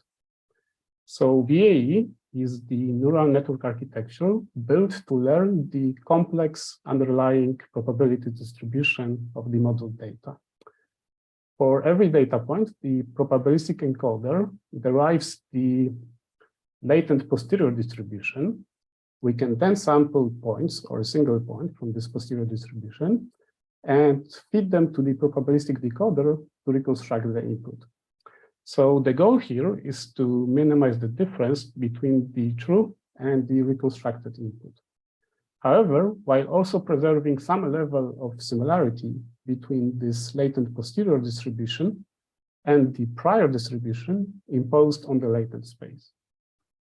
In a classical VAE, this prior distribution is just the standard normal Gaussian distribution. In VADIRS, we use the extension of the classical VAE framework by accounting for two major differences. So the first difference is to replace this standard normal prior with the Gaussian mixture model prior, or GMM. The GMM is itself a latent variable model, which consists of several Gaussian components. And by learning the parameters of this mixture in the latent space, we can perform the clustering in the latent space within our model. The second major extension is the approach for the semi-supervised learning of the parameters of this GMM prior with the notion of guiding labels. Guiding labels can be any discrete assignments available for a subset of the training data. Then for a new data point, if the guiding, and yes, then what we do is that we bind specific Gaussian components with a given guiding label.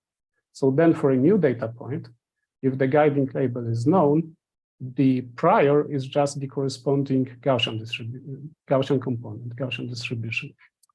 And if not, we marginalize or sum over all of the mixture's components. By using the evidence lower bound from a classical VAE, we can write out the cost function of this proposed semi-supervised GMM VAE as such, with the first term being the term corresponding to the input reconstruction error. So in this case, with the continuous data, this is just a mean squared error. The second term is the prior given by this formula here, when we treat the parameters of this mixture as the model's trainable parameters. And lastly, the third term is just the entropy of the posterior distribution, or the encoder.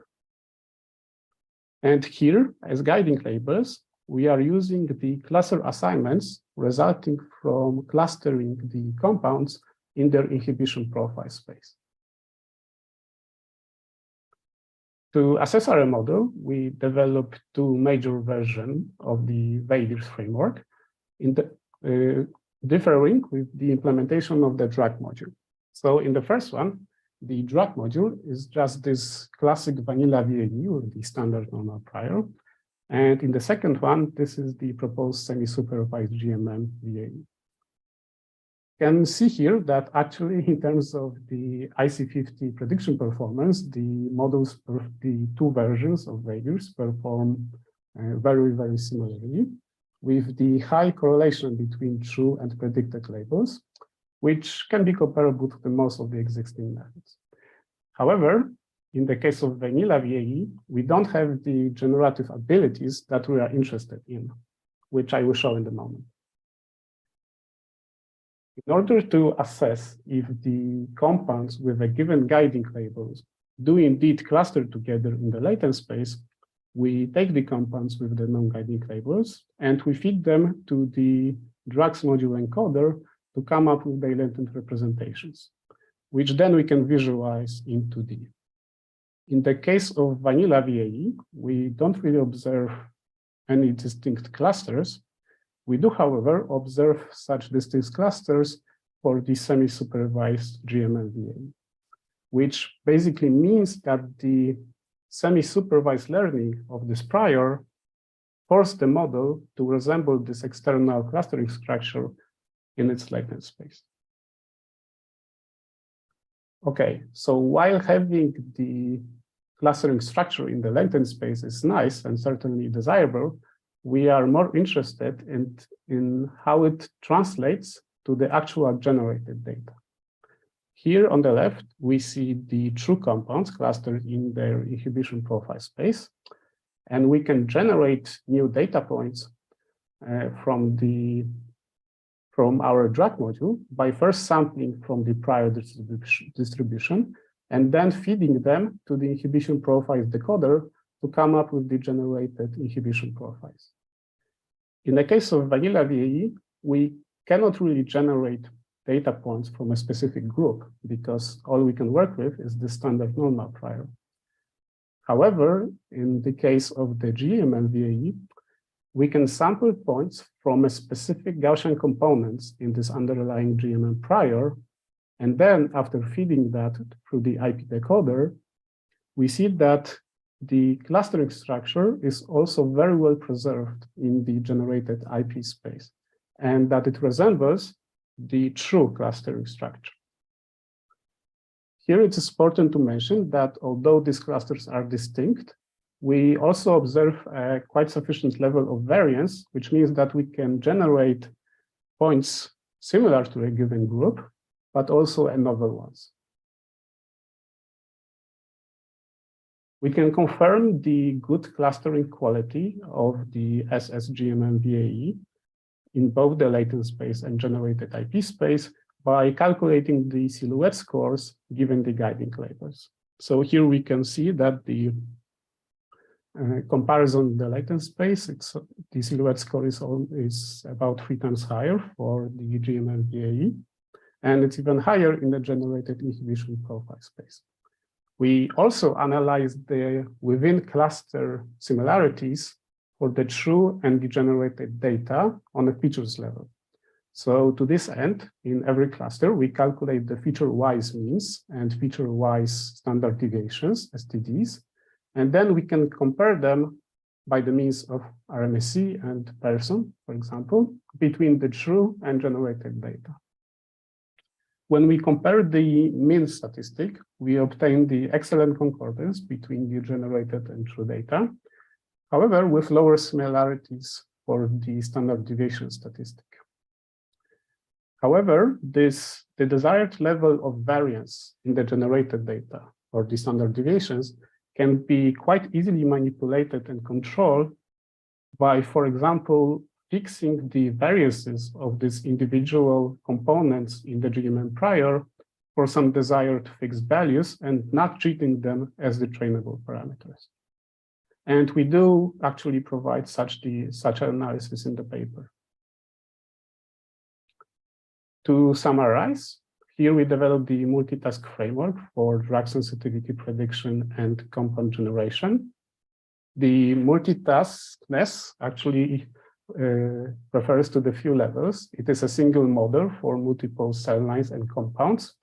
It performs several inference tasks and also has degenerative ability. The model performs the semi-supervised clustering in the latent space. We showed that the framework preserves the external clustering structure in both the latent space and also in the generated data space.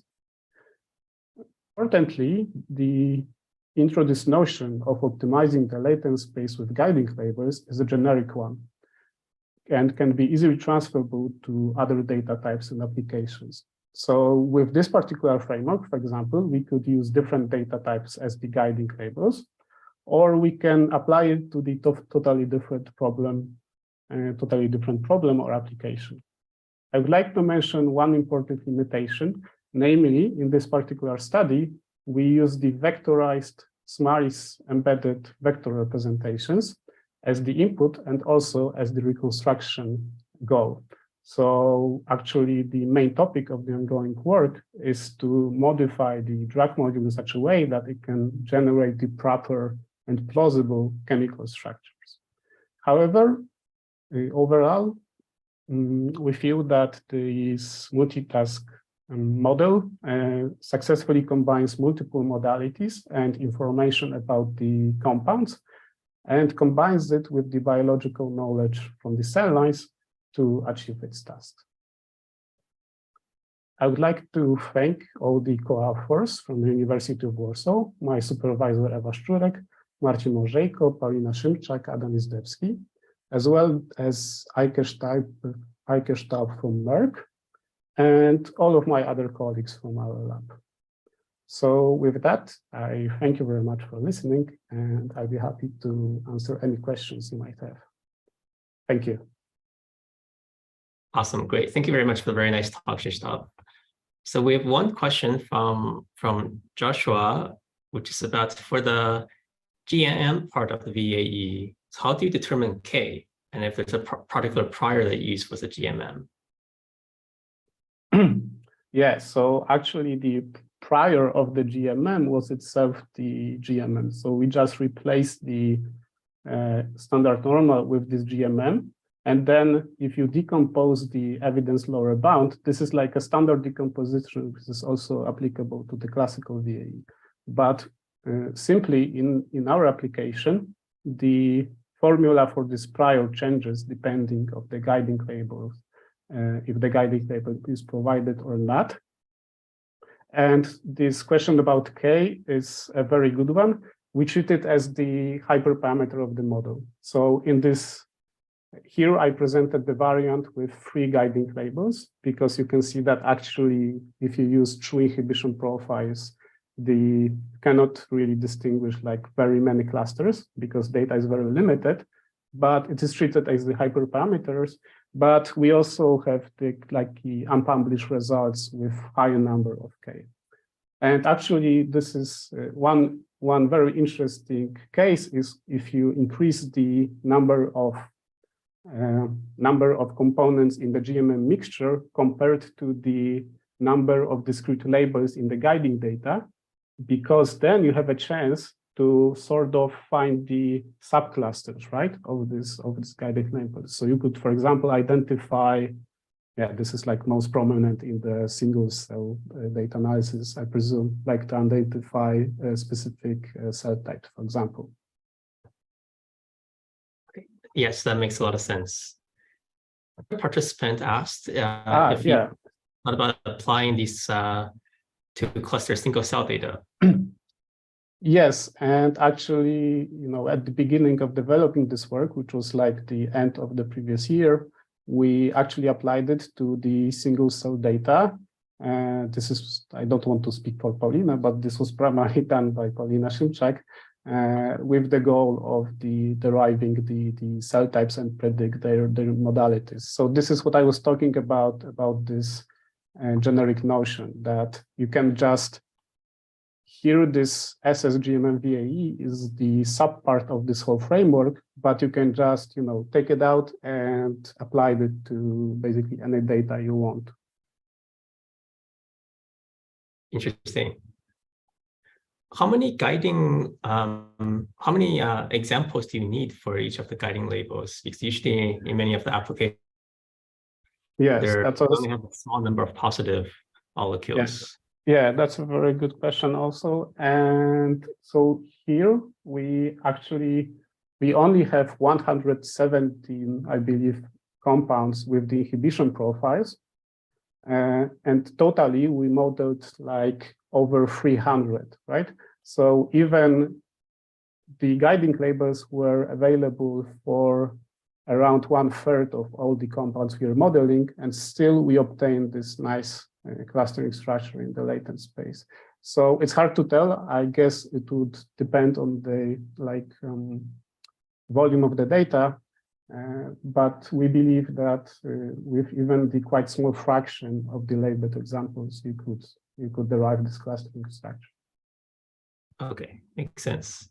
So maybe a final question is: have you explored how well this model will extrapolate to new families of molecules or to new cell lines not seen during training? Yeah, so these results were calculated, of course, for the test data, so for the unseen cell lines, but for the seen drugs in the training set.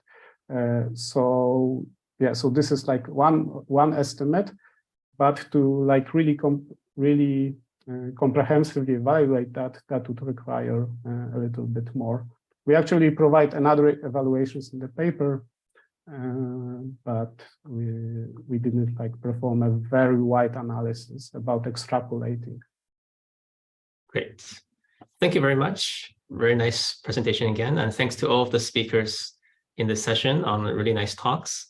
So now we'll have a 20-minute break, and then we'll resume at 12:10 p.m. Pacific time for the third keynote presentation and for the final session.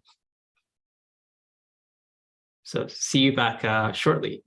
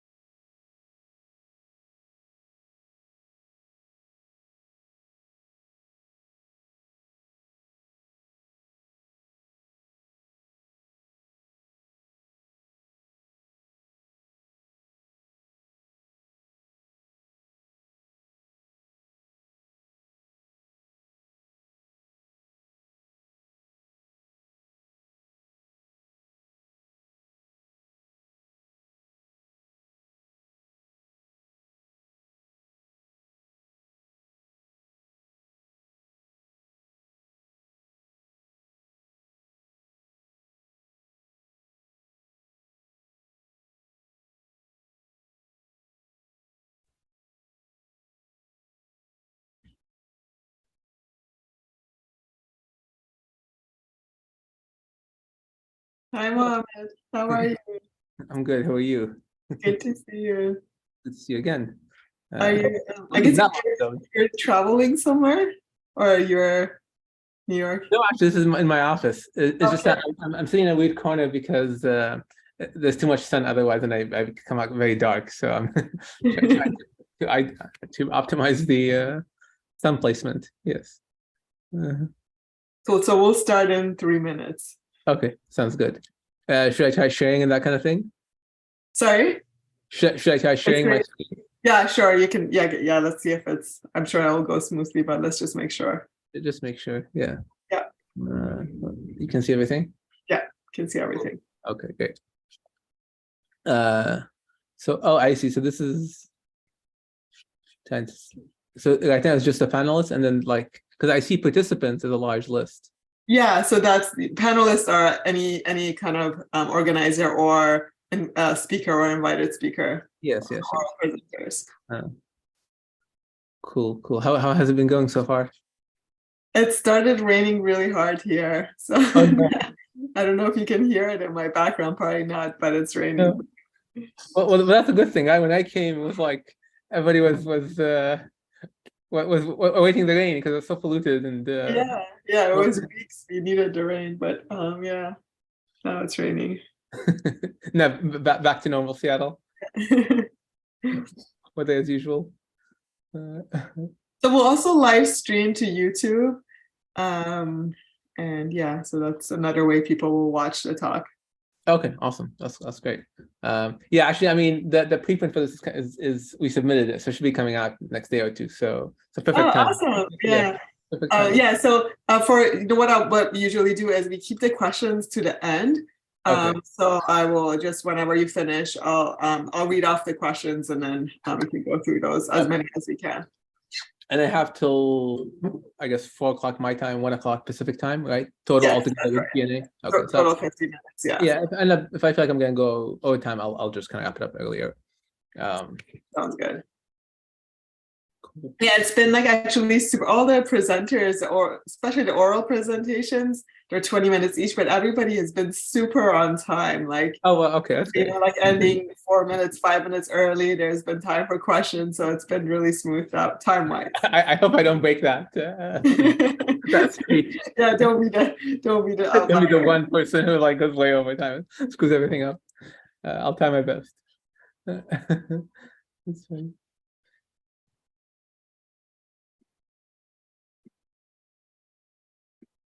Are you going to New York?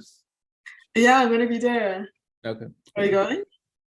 I was hoping to, but I think it's not gonna happen. Just too much stuff going on. Yeah, too much traveling. I feel the same, but I committed several months ago, so. Yeah, I know. I wish I could go actually. And it's not that far from me either.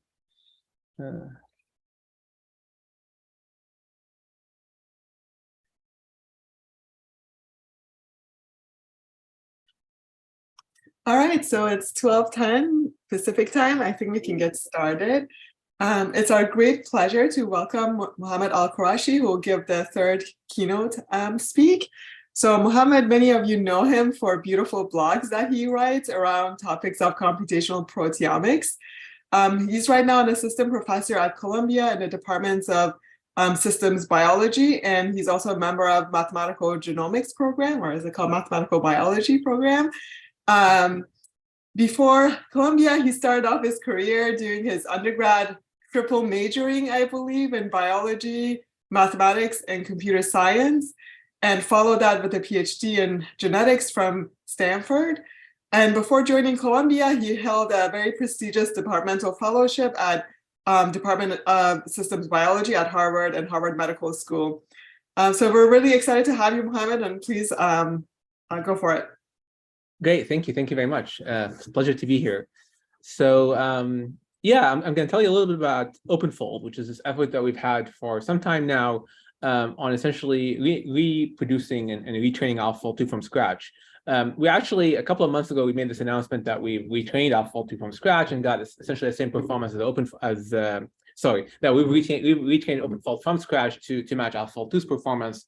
But what I'm going to tell you more today about is all these additional experiments that we've done to try to understand a little bit more how AlphaFold 2 works, in particular how it sort of learns to fold proteins and getting a better sense of how well it generalizes when you essentially sort of ablate different regions of protein fold space.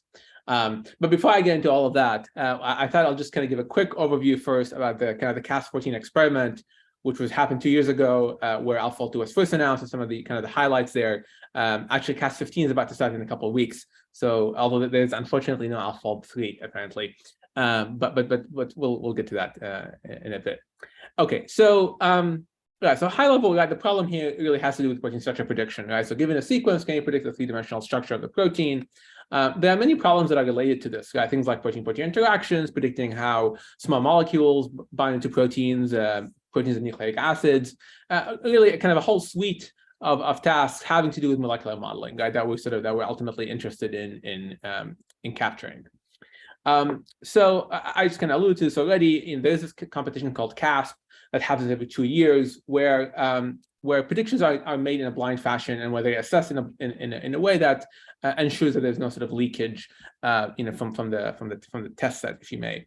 So the way this is done is during the summer, different groups are given sequences of proteins to predict, and then this is again done in a blind fashion. And at the end of the summer, everybody gets together and then compares assesses how well all the various methods did. So for much of the 2000s and 2010s, I think progress was fairly stagnant. This is, the performance using RMSD as a measure of accuracy as a function, of time.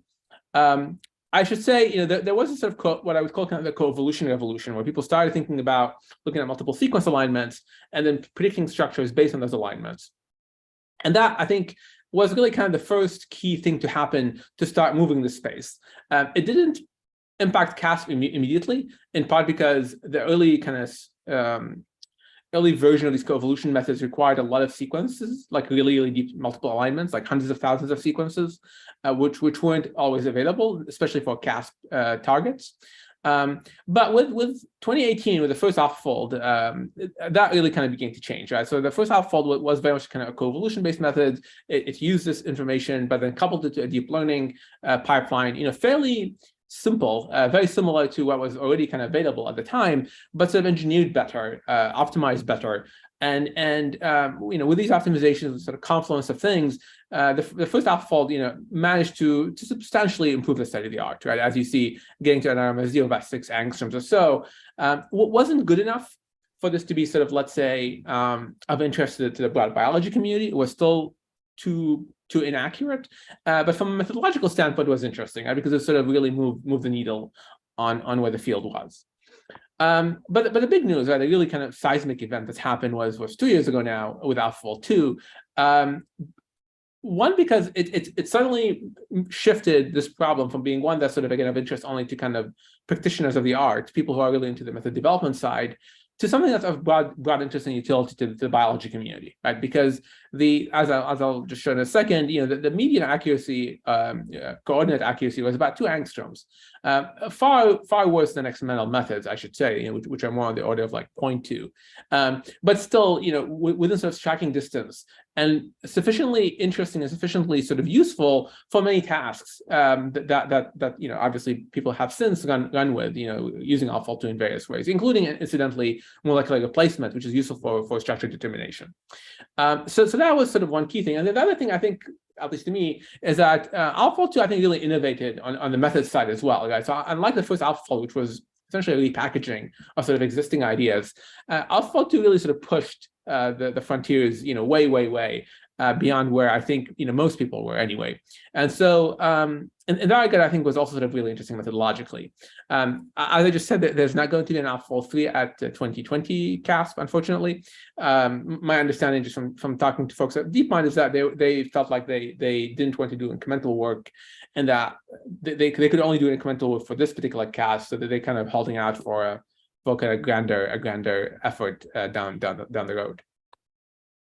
Okay, but going back to Cas14, just a couple of points. So the emphasis here, all the assessments were on apoproteins, individual protein structures, some of which were quite large though, up to 2,000 residues. And like I said, the median accuracy was about 2.1 angstroms. So this is the full distribution. And then you see, for about 90% of predictions are within 4 angstroms. This sort of big mode here, and for these predictions, it looks quite good, right? There's very good superposition between the predicted structure and the experimental ground truth, right? So and there is sort of a tail of poorly predicted structures, but most of these could be kind of explained by either things like NMR structures, which were very floppy, or even instances where you just had a very shallow multiple sequence alignment, so the model wasn't really able to predict the structure. I should say, just by way of emphasis, AlphaFold 2, very much like AlphaFold 1, still relies on coevolution, the idea of building multiple sequence alignments and extracting information out of them. So it's not a physics-based approach by any means, but it's able to utilize the information much more efficiently, as I'll talk about in a moment as well. So you really, even with very shallow alignments, even with like say 50 sequences or 10 sequences, oftentimes you can get decent structures out, which was impossible with the kind of previous generation of methods. Where it still sort of struggles with are things like multi-domain proteins. So this is one example. You have this sort of very large protein, many sort of moving lobes, and here sort of getting the kind of the domain placement correct is not always trivial. And it doesn't really work either with things like mutations, predicting how variant effects, essentially how a structurally perturbing mutation would perturb the structure. That's not something that AlphaFold can really do. Design proteins, I would say, sort of untested, but it works and it doesn't work depending on the context. It's a bit of a mixed bag. Now, where it really sort of can't really work very well at all yet are things like single sequences, right? So if you don't have an MSA, or if you're trying to predict things like ligands or cofactors, that's an area where it's still sort of not quite designed for it. Although I think we'll see a lot of progress at Cas15, just from other groups who've sort of retooled AlphaFold 2 for this purpose. And so that sort of brings up OpenFold. So actually we sort of undertaking this effort to produce AlphaFold 2, and let me start out with some kind of 4 motivations, 4 things that we initially drove us to do this. Although that very much evolved over time, and as I'll show you in a moment, I think some of the results now that we've kind of generated, I think gives us new insights that have nothing really to do with their production per se, but just in terms of how we understand how this model works. But let me start with the motivation. So the first thing is that we want to be able to train AlphaFold 2 from scratch for new applications, guys. So if we want to go after things like, say, protein nucleic acid interactions, that's something where it makes sense to be able to train a model from scratch. And I'll give you an example of this in a moment. The other was that we want to kind of modularize the system. We want to kind of decompose this into sets of primitives that one can use in PyTorch, which I should say parenthetically, the DeepMind implementation of AlphaFold 2 was in JAX. So we thought it'd be nice to have a kind of complementary implementation in PyTorch as it's sort of more widely used. But again, also to kind of modularize this and allow it to be used by more people. The third was this business of, well, it's sort of two facets here. One was reproducing the results, right? Because even though DeepMind did release the code for inference and it released the model weights to make predictions, they didn't release the code for training new models. So the training code was not available, and so we didn't really have a definitive demonstration that you could actually reproduce DeepMind's results from scratch, right? It was plausible, and I think they were quite good about describing the details in the paper. Although, as I'll talk about in a moment, there were some ambiguities, and those were things that we had to kind of improvise to kind of fill in the missing pieces. But the key thing here was to say, okay, can we actually demonstrate that we can reproduce this from scratch?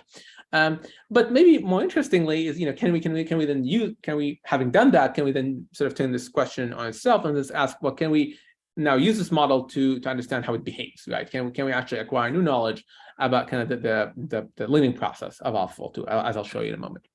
And then the last thing was this sort of short-lived motivation to develop this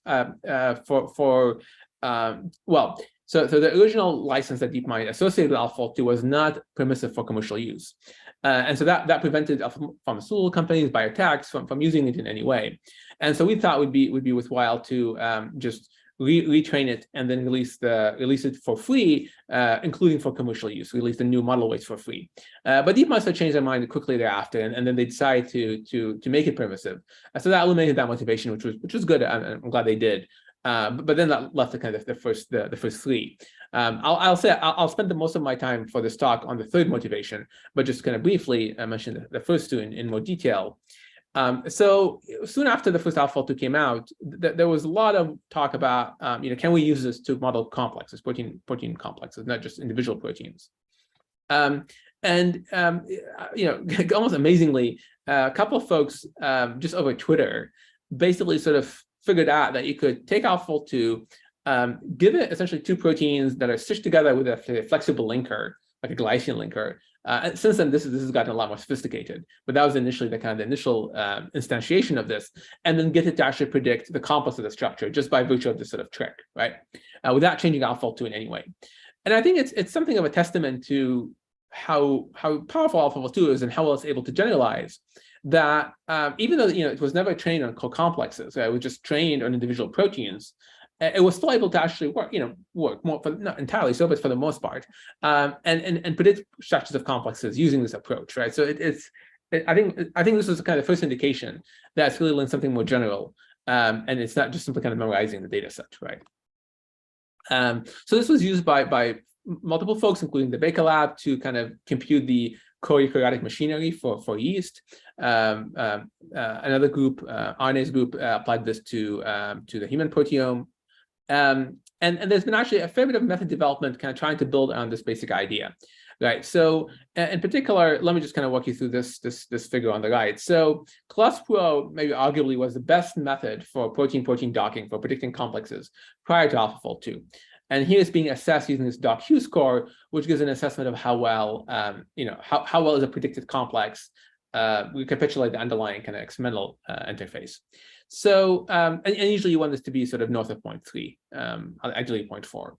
So obviously CLUSPRO was not quite there yet, right? But then with these various tricks, the linker trick and the gap trick and so on, and combining AlphaFold predictions with CLUSPRO, people were able to actually improve performance considerably, right? So this is kind of what I was mentioning earlier. Very quickly established AlphaFold2, not multimode, just the vanilla version, as essentially a kind of state-of-the-art complex predictor. But the one key thing here is that all these methods, all those five, involve no retraining, right? So they simply they just took the AlphaFold2 weights and then kind of, like I said, sort of hack the system to work for this purpose. But DeepMind, were able to train new versions from scratch, and so that's what they did. They just took AlphaFold architecture, tweaked it a little bit here and there, but then applied it to the problem of complexes, and that's what they got. Right? This is the AlphaFold multimode, which is actually considerably stronger than kind of even the best methods that we use AlphaFold2 vanilla version. So I think this is a pretty clear demonstration in my mind as to the value of being able to train a new model from scratch, right? And in this instance, the changes were minimal, and the data set was not that different. You're still talking about proteins, but there was a lot to be gained just from simply doing this, right? And so this was, I think, again, I think a clear sort of indication that it's really worth it to have this capability and democratize it so that other people can do the same. So that's one. The other is this kind of modular components aspect, right? So AlphaFold's got a lot of pieces. I'm not going to go through them, but for example, if you look at one of them, the pair representation, it does this sort of attention mechanism that involves a sort of a light influence of a geometric prior, essentially just the triangular inequality, not enforced in any real way, but just so the way it does attention is sort of pays attention to the fact that a triangle is comprises three nodes, and then so use that information to kind of do the attention. So this is a kind of a general purpose primitive that's useful for geometric reasoning and geometric operations. And so this is the kind of thing which I think makes sense to sort of expose in a modular way to apply it in various applications. And in fact, there have been many instances of this that already happened. So for example, for RNA structure prediction, people have used some of the pair representations, for that exact task. For inverse folding, for going from the structure to the sequence, other folks, Jim Buzzu's group here in this case, use some of these triangular multiplicative updates, again, for that purpose. Other works in kind of structure generation, exploring the latent representation space of structure, using the structure module from AlphaFold. So many instances in which this is proven to be quite valuable. So that kind of again motivated the idea that it's worth it to kind of decompose this and then have it be used in various ways. I should say incidentally that well, maybe I'll hold off on this until a little bit later. But So let me switch to the third motivation, which is this, the production and knowledge acquisition piece. So let me kind of just give you a quick update on where we're at. So we've fully implemented again the vanilla AlphaFold, including the training code. We have a semi-working implementation of the multimode version, although it's not complete yet, so that's still in progress. But in this implementation, it's sufficiently it's a sufficiently sort of authentic copy of the AlphaFold 2 semantics that you could take the original AlphaFold 2.8, inject them into the OpenFold implementation, and then get structures that are identical, down to every atom, right? Every coordinate, every atom. And this is a completely new implementation. Actually, it's a completely different framework with PyTorch. So the fact that you can actually just kind of translate the weights like this, I think, is a testament to how faithful it is to the original AlphaFold 2. So that's one piece. Then the second piece was, now that we've had the training code, can we actually train a new model from scratch? And that we did a couple of months ago. And I think now we sort of demonstrate kind of fully production capability. So let me just show you how well it works. So this is a kind of scatter plot of the validation set, Cameo based. This is another kind of held data set with AlphaFold 2 versus OpenFold. And you see that they're essentially identical. So, in any given structure, of course, they will vary because this is a fresh set of weights. But in terms of the actual numbers, they're identical. And here you can see this kind of superposition now of a ground truth structure with the AlphaFold in blue and OpenFold in pink, and now they don't perfectly agree. So there are some deviations because they are slightly different models, but the architecture is the same, and so you get very similar behavior between them. While we built this, we actually sort of also identify certain kind of, let's say, pain points that AlphaFold 2 had on the inference side that could make it more efficient. So particularly speed-wise, we're very strict, some of which I might talk about. We essentially got inference to about 3 times faster on at least proteins that are less than 1,000 residues. We're not faster really for longer proteins, but at least for shorter proteins, we get significantly faster performance. We've also sort of implemented low memory attention. So this is an attention scheme which is not approximate. It's identical to kind of vanilla quadratic attention, but just uses various kind of implementation tricks to make it much more efficient. And now we can actually do single GPU inference of proteins or protein complexes up to almost 5,000 residues, actually about 4,800 residues, I believe, which is considerably longer than AlphaFold 2. AlphaFold 2 runs out of memory typically around 2,500 residues or so. So we can infer on much longer proteins, and essentially we have this sort of this kind of knob that you could trade speed for memory. So you can infer much longer protein sequences or complexes, but at the cost of additional memory, or vice versa. What we paid for this was code complexity. So I mentioned the triangular multiplicative update earlier. That was about 10 lines of code in our sort of initial clean implementation. But as we optimize it further and further, it sort of ballooned to several hundred lines of code. And so this is like one kind of drawback of all these various optimizations that we made. Okay, so sorry, just one other quick bit here. So we've also got it to work with BFlow16 training, which is key for getting this running on like A100 GPUs, so NVIDIA type class GPUs. And actually, I should change this. So it's no longer in progress. We actually do have Flow16 working as well now. So we have it running on sort of vanilla V100 GPUs, and that was very valuable. And this is thanks to help from NVIDIA actually, who got us help on getting this to work on Flow16, and it's distributed through deep speed and PyTorch Lighting, so this can be run on sort of a standard cluster type of setup. And we actually also had to implement some sort of memory efficient CUDA kernels, especially for the attention schemes, to get this to sort of be as fast as I described. Oh, right. And so one last quick point is we also sort of now released this very large pre-computed database of MSAs, almost 5 million, which we use for self-distillation, but anybody could use for any kind of training and so on. So I think this is hopefully a very valuable resource to the community, this sort of MSA set. Okay, so let me get into some of the things we've learned so far. So first, the model exhibits very fast convergence, right? And this is key. So we trained it for about I want to say about 50,000 GPU hours, about 80 days of 44 A100 GPUs. This is the full training regimen, and this is the one that gives you kind of full accuracy at parity with AlphaFold 2.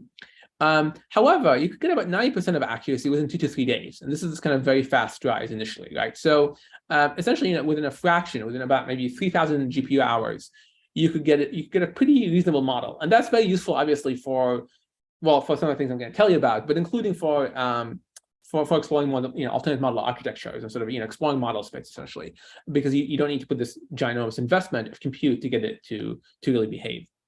Another thing here, which is that it's sort of the training is a two-stage procedure. There's kind of an initial stage, which is trained on crops of proteins that are 256 residues in length. And then there's a fine-tuning stage where those crops are increased in length to 384 residues, and a bunch of auxiliary losses are also turned on.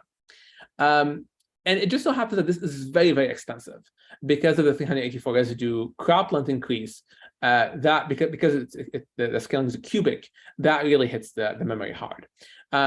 But what we found in our experiments, at least, is that this fine-tuning stage primarily seems just to help resolve physical violations. So the overall accuracy is not really affected, which suggests, again, that this very expensive procedure can actually be ignored if you don't care about getting, very physical stretches. If you're just trying to explore model space and trying to understand how the system behaves, as you alter various components of it. Okay, so as we started training it, we begin to notice certain things. So let me walk you through some of those observations. So what I'm showing you here, and it's one thing I actually didn't talk about earlier, was that AlphaFold 2 has a self-assessment, this thing called PLDDT, which is it's a prediction of how well it's done, right, on any given task. So this is a metric that ranges from 0 to 1. And then what I'm showing on the x-axis is the kind of the predicted accuracy, and on the y-axis is the actual accuracy as measured relative to the ground truth. But then what we're doing here, and this is what each dot corresponds to, these are different models as they are. Well, it's a single model run as it's being trained, and the color indicates the stage in training, right? And this is all that early state. This is all those kind of first few thousand hours of GPU time. So what you see is that, in the green, the kind of early phases, it starts poor, right? Not surprisingly. Then so it progressively gets better until it reaches that red region where it becomes quite accurate, right? But a couple of points that are interesting here. First, it starts out sort of a little bit optimistic, right, in terms of how well it's doing, but then quickly becomes pessimistic, and then it equilibrates a little bit. It gets more reasonable towards the end, but it's still slightly pessimistic in terms of its accuracy. That's one. Two, and this was somewhat surprising, is that it was able to actually sort of have a reasonable assessment of itself, right, throughout this training process, right? So, early on, like let's say in the kind of the 0.4 regime right here, the model is pretty poor, right? It's not a particularly good predictor at this point. The structures are rather random. Nonetheless, it's able to actually assess the accuracy pretty well, right? So its ability to self-assess kind of turns on early on, which I think is sort of an interesting maybe indication of more broadly into kind of building these calibrated models, that a model can be self-calibrated even before it's actually able to predict things very well, which is quite important and quite useful, I think. Okay, that's one thing. The other thing is that we started looking into how it learns to be how it actually learns structure as it's progressing through the training procedure. So again, everything I'm going to tell you about is essentially focused on those first 5,000 steps, because that's really where most of the action is, even though we train it for over 90,000 steps.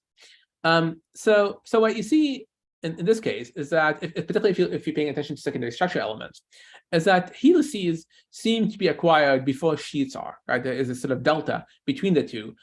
Both eventually rise and both reach very high accuracy. This is their front score. But there is this kind of delay where sheets are presumably a bit more, a bit more kind of distributed, a bit more global as a feature, require a bit more training time. And coils here sort of, kind of gradually increase as time goes on. We broke this down to kind of more finer grained classifications. And what you see, generally speaking, is that, again, the predominant secondary structure elements, the very popular ones, they rise early on, but then some of the more, let's say, niche secondary structure elements, they take longer. Now, one thing that's interesting is, this last bit, right, the bit that takes forever, and I said really only minimally impacts accuracy. That's primarily true for the high frequency secondary structure elements, right, the beta sheets and the alpha helices. When you look at, for example, say polyproline helices, those actually gain in accuracy considerably during this long kind of period of training, right? So it's a bit of an indication that perhaps the model almost has kind of these two phases, where there's this sort of initial early rise, but there's kind of a long tail where all these sort of more obscure elements, secondary structure elements, get discovered as time goes on, as training proceeds. So that's the secondary structure elements, but there's also kind of a notion of scale here, multiple scales. So we asked, we hypothesized that AlphaFold might first learn sort of to predict, small fragments and predict them well. But then as it proceeds, it gets to learn kind of bigger and bigger pieces. And that seems to be a reasonable assertion. So here, again, I'm plotting as a function of training time. The prediction, GDTS is another metric from 0 to 1. The prediction accuracy of different fragments of the protein, different shards. So blue are kind of short pieces, pink are the whole protein. And so the one thing to note here is that you start out at the same place. So everything's very poorly predicted. You end almost at the same place. So there is some scale variability, but it's almost scale invariant. It's almost able to predict structures as well, big structures as well as short structures. But the situation is markedly different during the training process, where pretty quickly short fragments are predicted much better than long fragments. There is a sort of gain eventually, but even then the gap initially, the gap is initially very large. The gap closes, but then takes much longer to kind of fully close. Right? So there's definitely this kind of gradation or staggering in the way in which sort of different spatial scales are learned as training proceeds. And we see this. This is also true for things like helices. So if you look at helix length, so how long a helix, and then we ask, how well is it learned? How well are helices learned of different lengths? Again, eventually they're all equally well learned, but initially there's this kind of spread in terms of their respective accuracy, depending on how long a helix is. And similarly for beta sheets, although the metric here is sort of how wide the sheet is, so how many different strands you have in the sheet, and how well does the model recover it? And again, very similar phenomenon. All right, so that's it for secondary structure element. Then we turn our attention to tertiary structure, and then we ask, the first question was, if we investigate structures as they're being as the model is training, what do they look like? What do these structures look like? And what we notice is that there's a sort of this apparent progression from I would identify sort of a point, initial kind of point-like structure, to what looks like a 1D tube, then a 2D sheet, and then finally a 3D structure, before the secondary structure elements begin to materialize. So let me show you an animation of this. So this is kind of the tubular region that I mentioned earlier, right? And then now sort of pops into this sort of 2D sheet. There's maybe some curvature, and then volume is sort of acquired, and then you have this three-dimensional structure. And then finally, you start seeing the secondary structure elements get filled in, right?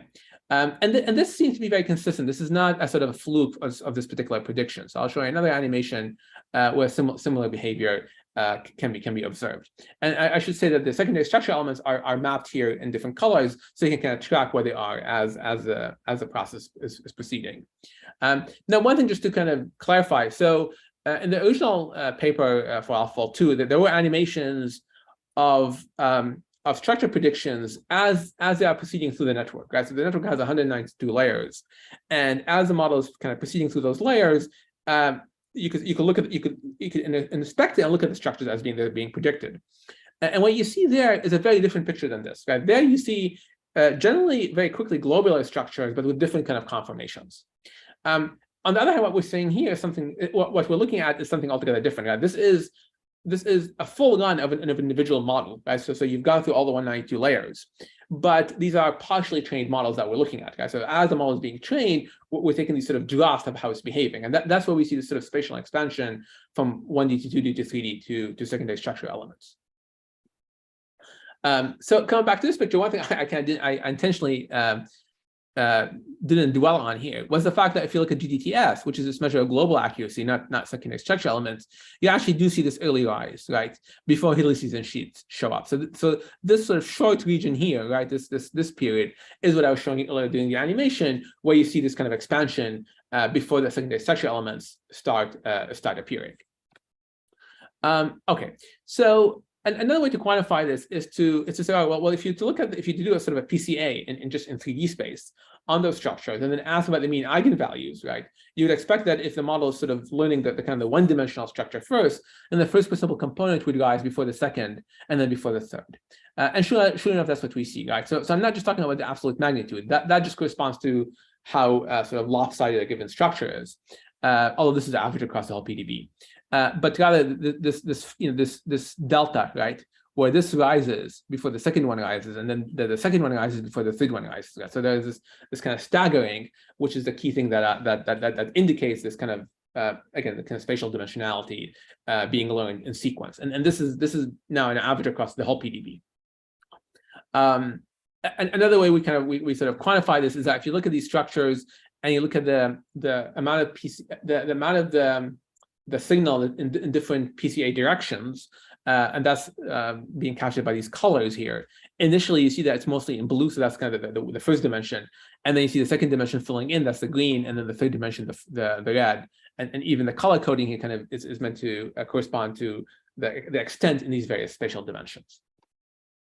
Okay, so one thing that sort of immediately came to mind, I mean, obviously, one thing we'd like to understand is why is it learning in this way, and we have some ideas. We speculate a little bit about this in the preprint. Although I'm very very curious to hear if people have ideas in this group. But even before we get there, one thing we did notice is that the structures don't simply seem to be low dimensional. They seem to actually have a particular property, and so we want. Is it just about lower dimensionality, or can we make a stronger statement? And we think we can. We think that in fact they're corresponding to essentially PCA projections of the final 3D structure. So let me walk you through what we're doing here. So we take the structure, and we essentially track how atoms move as the model is training, right? Relative to the principal components or the principal dimensions of the final structure, right? So we look from the largest to the smallest eigenvectors correspond to the main 3 dimensions. And so what you see here, right? So let's look at this one first. Is that there's this large blue spike initially, right, which corresponds to movements predominantly in that first dimension, right? So these are displacements in 3D space. Then you see in this particular case displacements in both in the second and third dimensions, and then finally in the third dimension. In this example, it's actually clear separation between the second and third dimension. You don't quite see this sort of overlap as you do here. Now, one thing to keep in mind here, though, is because even the 2-dimensional case is fairly curved, you often get sort of spurious movements in the third dimension, even though you do have a sort of a 2-dimensional manifold. And I think some of that is corresponding to this because PCA is a linear method. But this shows that at least for individual structures, very clear kind of movements in 3 separate dimensions. So why is this relevant? It's because what this is suggesting, right, is that since there is fairly minimal, let's take an example. This one it's clear here that there's fairly minimal movement in the first dimension after this big spike, and similarly here, it's suggesting that once you sort of figured out one dimension, that essentially most of the activity is in the remaining dimensions, right? So that by implication means that the 1D situation is really a 1D PCA projection of the 3D structure, and similarly for the 2D case, and so on. And so in particular, what we do here is we take the 1D, 2D, 3D structures, and then we compare them. We take 1D PCA projections, 2D PCA projections, and 3D PCA projections, and then compare them to the 3D structure, right? And so what we expect to see, right, if there was no staggering, if all dimensions were being learned simultaneously, is that each of them sort of arrives at sort of its final location at the same time, right? Each of those projections.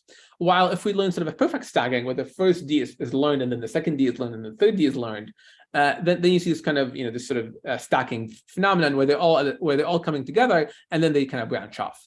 And what we see is something which is a bit in between, but certainly more resembling this, right? Where in this region, for example, like the 1D, 2D, and 3D, they're all basically behaving the same, meaning that the 3D looks like the 2D, looks like the 1D, right? Because they're behaving the same.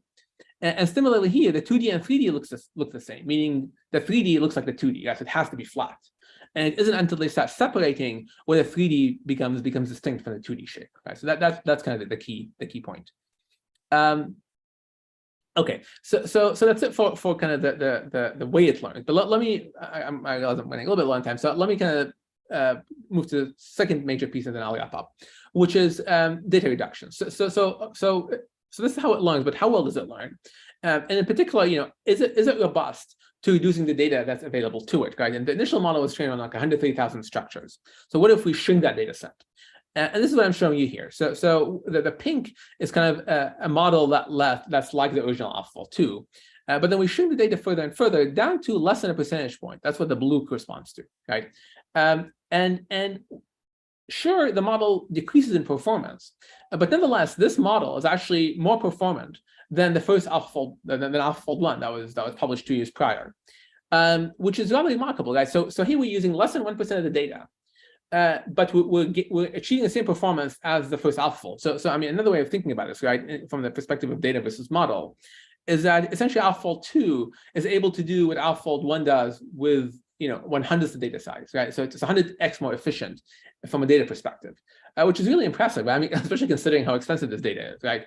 For it to be able to do what it's done.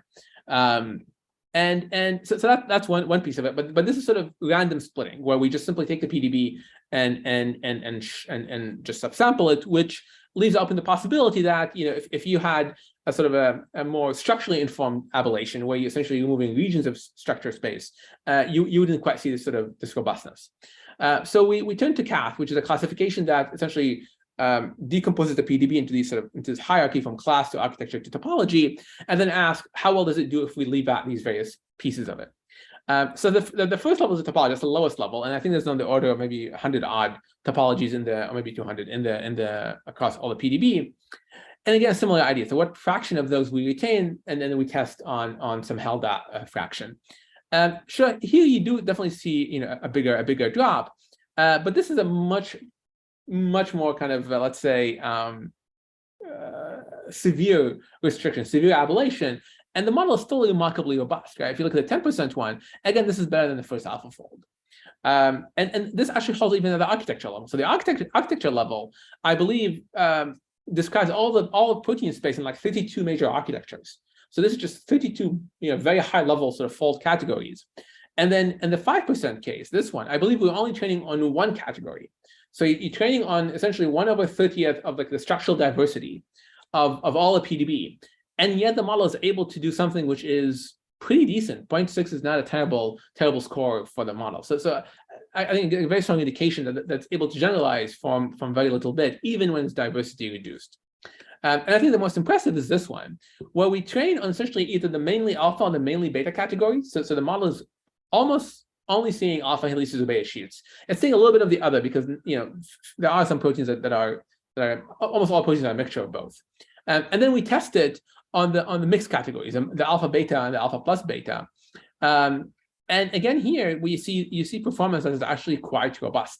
It's doing remarkably well. Now it does something funny. So let me kind of walk you through some examples. So in the top row here, so the orange is the X-metal structure. So this is a largely helical protein. The pink model, this one, is the alpha model. So the model that was trained on alpha helices, and sure enough, it covers it pretty well. But when you use the model that's trained on beta sheets, it starts kind of hallucinating beta sheets in various places, right? When they don't exist. But remarkably, it still covers a largely helical structure. And the converse is true. So if you look at this predominantly beta sheet protein, it doesn't quite, the alpha helical model doesn't quite know how to make sheets, but it puts the atoms in roughly the same place, right? So it has this sort of threaded, stringy structure. So that is sort of globally correct, geometrically speaking, even though it doesn't have quite the details right? So this, I mean, again, I think a really remarkable demonstration that's actually able to sort of generalize from very limited data sets that are restricted in their diversity. Now, this is, in part at least, I would say, spatial dependent or let's say scale dependent. So what we do here is something similar to previously, but again, we're going back to the topology split. But now we're looking at fragment length. What we're looking at accuracy as a function of fragment length. And so what you see is, for example, especially if you look at GDTS, which is more about a global metric, as you increase the training set, the gain that you see in the global accuracy, which is the pink, the long fragment, the full protein, is a lot larger than the gains you see in the shorter fragments, right? And this is true for topology. It's also true for architecture splits. So it's suggesting that there is still some value in terms of recovering global structure that one gets from having kind of more diverse topologies and folds, which makes sense because those things are defined at the global level. But still, I mean, I think what is interesting here is that much of the learning seems to be happening at the local level, and it's essentially able to take these sort of local principles, if you may, and then kind of apply them at a global level to actually fold proteins. Right? So it's kind of doing this sort of scale generalization, going from small things to large things, which is non-trivial. Okay, so I'll just for the sake of time, so maybe I should leave enough time for questions. I'll skip some of these details about training. You know, we did a bunch of things to make it faster, like I said, in terms of various optimizations. I'll skip a bunch of these. Yeah, it's a bunch of details. Maybe I'll mention one quick thing. So while we were training this, we've trained the model now over 50 times, and while we've done this, we noticed that sometimes, and these are the blue curves, sometimes the model gets stuck. You know, it rises and it just kind of plateaus, or it plateaus for a while and then it eventually rises, but you know, it takes much longer to get where it would otherwise get. And we had no idea why this was happening. But it turned out that essentially there's a specific clamping procedure, clamping the loss, that AlphaFold DeepMind uses, which seems to lead to this instability. Essentially, it clamps either a whole batch, either clamps or it doesn't clamp a whole batch.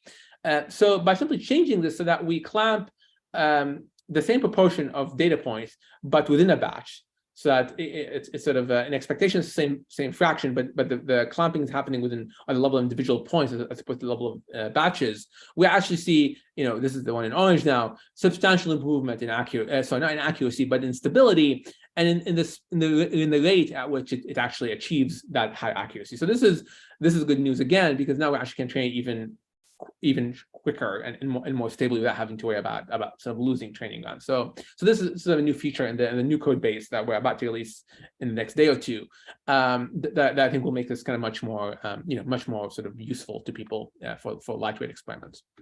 Okay, so let me just end with sort of what we're trying to do next. So we have this sort of academic industry consortium called OpenFold now, and the idea is that it's sort of an open platform for machine-learned biomolecular modeling, right? So there are many things that we're interested in going after, right? Things like single sequence prediction, integrating experimental data, multiple conformations, small molecules, and so on, that I'm sure DeepMind is going after as well. But the idea here is to set this up in a way which is sort of more community-driven, where it's sort of prioritized by the community and is responsive to community needs, right? And you know, through support by industry to get compute, to do things like that. But having the involvement of a sort of cross section of academia. So we're excited about where this goes, and I hope at least that OpenFold is sort of the first piece in this kind of longer term effort. So with that, I'll stop. I'll sort of thank in particular Gustav and Nazim, who sort of really led the heft of the work on this project, along with other folks on the kind of organizing side for OpenFold. And yeah, this is a picture of my lab. I think I'll stop here. Take any questions if there are any. Thank you so much, Mohammed, for the wonderful talk. There is a question in the Q&A, and for others, please feel free to post your questions. So first question from Philip Fratkin. The data subsetting results are pretty shocking. Which properties of AlphaFold 2 do you think are driving the greatest performance at 1% of data? Yeah, so I do agree it's shocking. I didn't expect it. I was not, I thought I will just completely collapse. It's hard to say. I mean, I think, this is almost like this is almost equivalent to the question of like, why does AlphaFold do so well, relative to other approaches? And I think there are many theories. I mean, I can speculate a little bit, but I do think in terms of its learning mechanism, right? It's the thing I mentioned about sort of learning from local patterns, right? So I think for a lot of us, the kind of the intuition we had was that different protein folds are sort of different. And so you really need to see all of them to be able to kind of generalize well. But what it's suggesting is that there's sort of enough happening at the local level, right? Which presumably even from a small data set, because the local patterns are smaller and so they're more recurrent, that even with a small data set, you're able to sort of infer principles, right? Fairly general principles, that once you've done so, you don't actually need to know anything about the global fold, at least not really, because because those local patterns then sort of allow you to extrapolate and kind of recover the fold structure. And in some ways, it's not that, say, dissimilar from the situation with the protein complexes, right? Like, was never trained on protein complexes, but just from seeing individual apoproteins, it sort of learned enough about what makes up protein interfaces and surfaces that it's sort of able to kind of out of the box work well on complexes. So that's sort of my guess as to why it's able to generalize as well as it does.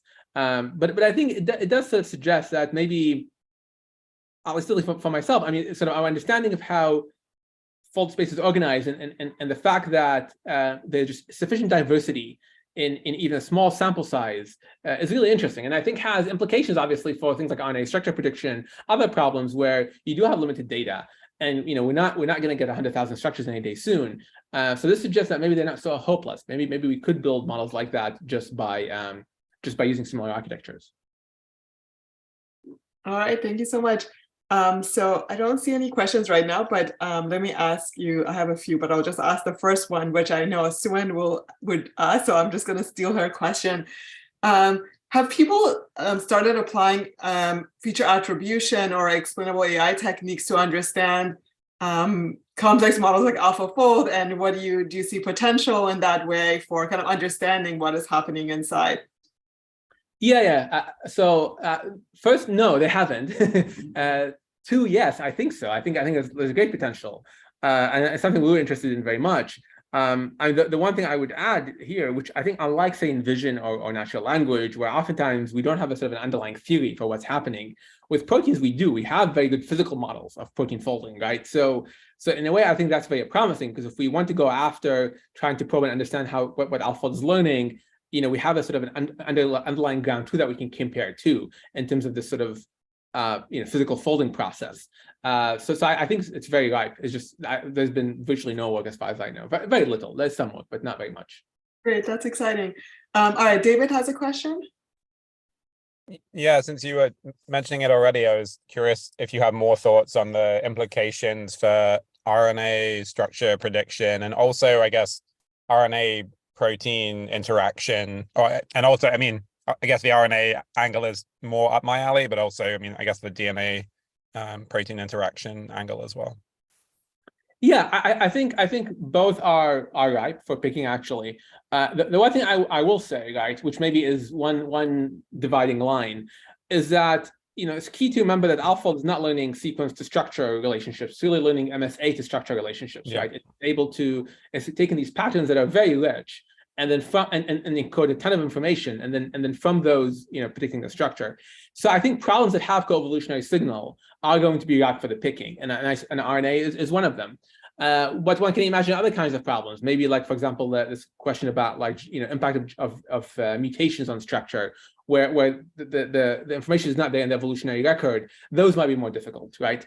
But I think that so far something can be reduced to sort of an MSA-like setup. I think these results are very encouraging. Yeah, great. And I guess the follow-up to that is how much might the protein language models help with, or language models in general help with that aspect of the reliance on the MSA? No free lunch, I think, probably. But.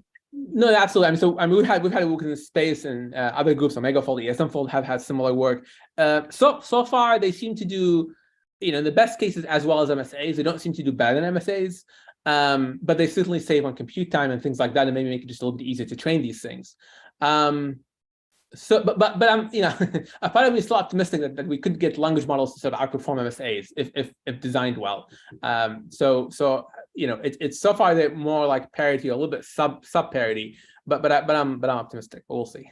Right. I guess I was thinking specifically in those cases where the MSA is less useful, for example, mutations, right? I don't know. Yeah. Yes, right. They haven't. I mean, people have tried to use them for variant prediction, and they don't seem to work better than AlphaFold 2. I suspect, though, the fact that they are more sensitive. I mean, the language model itself tends to be more sensitive to these kind of perturbing mutations. So they understand there's something wrong, but manifesting that at the level of structure has been the challenge. Right? So translating that kind of hidden knowledge or implicit knowledge into something that is actually, realizable in terms of like 3D coordinates changing, that's a tricky part. But I agree with you that the information is there that maybe isn't there in an MSA, or not so explicitly, at least. Great. Thanks, Mohammed. Great work, as always. Last question from anonymous attendee. Meta AI's research team just created a model that predicts protein folding 60 times faster than the state of the art. Any comments on their AI models, and how crucial is it to increase the size of such databases and relevance to pharma industry?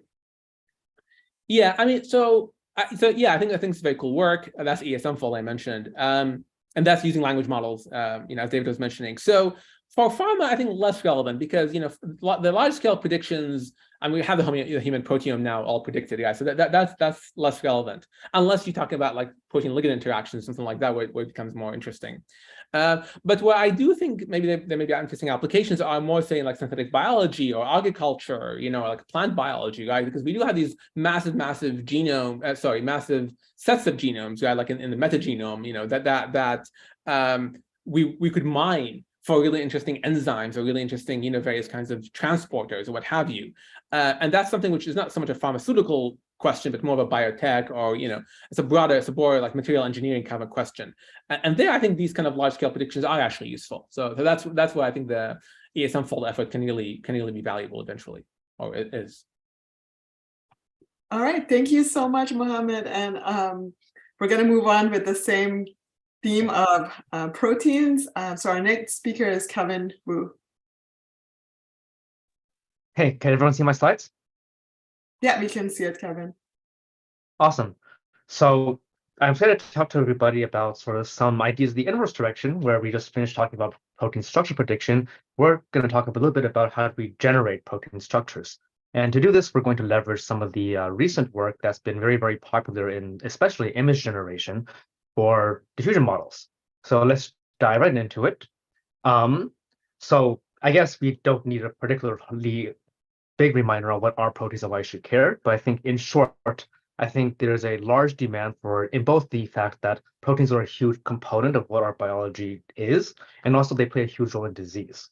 And increasingly, they're also being a more and more popular drug platform owing to their ability to perform functions with great specificity and great complexity. All of which raises the question of what if we could engineer new proteins? What can we learn about the biology of our human health systems, and perhaps what new therapeutics might arise from such an advancement? So one way to think about proteins is that they're essentially these molecular machines, where their folded shape and the structure largely determines a lot of their function. Here I'm showing a specific protein that is shuttling molecules back and forth across the cell membrane. As you can see, the shape of it really allows it to perform this function. Now, since I'm going through this a little bit fast, since I think we're all very, very familiar with this, but just to be clear, even though these proteins can be very, very complex looking, especially one like I just showed in the last slide, it turns out we can actually describe these proteins using these secondary structure building blocks, which consist of essentially these alpha helices, these coil-like structures, and beta sheets, these flatter structures. And even though these might look very elementary compared to the very, very large complex protein I just illustrated, it turns out that if we can arrange these secondary structures in very different arrangements, we can get extremely complex structures out of them as well. So now that we have some of the basics motivation and some of the vocabulary to talk about proteins and understand them, this leads us to our primary goal, which is essentially to generate new protein backbone structures.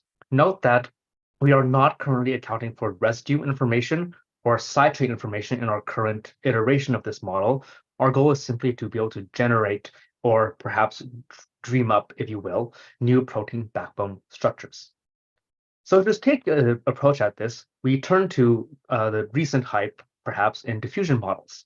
And these, as I mentioned before, have been very, very successful in image generation. And I'll give a sort of 10,000-foot overview that glosses over a lot of the math here so that we can have an intuition for them. So let's say you want to have a model that can generate images of human faces. So let's say we have an example of a human face here at x sub 0.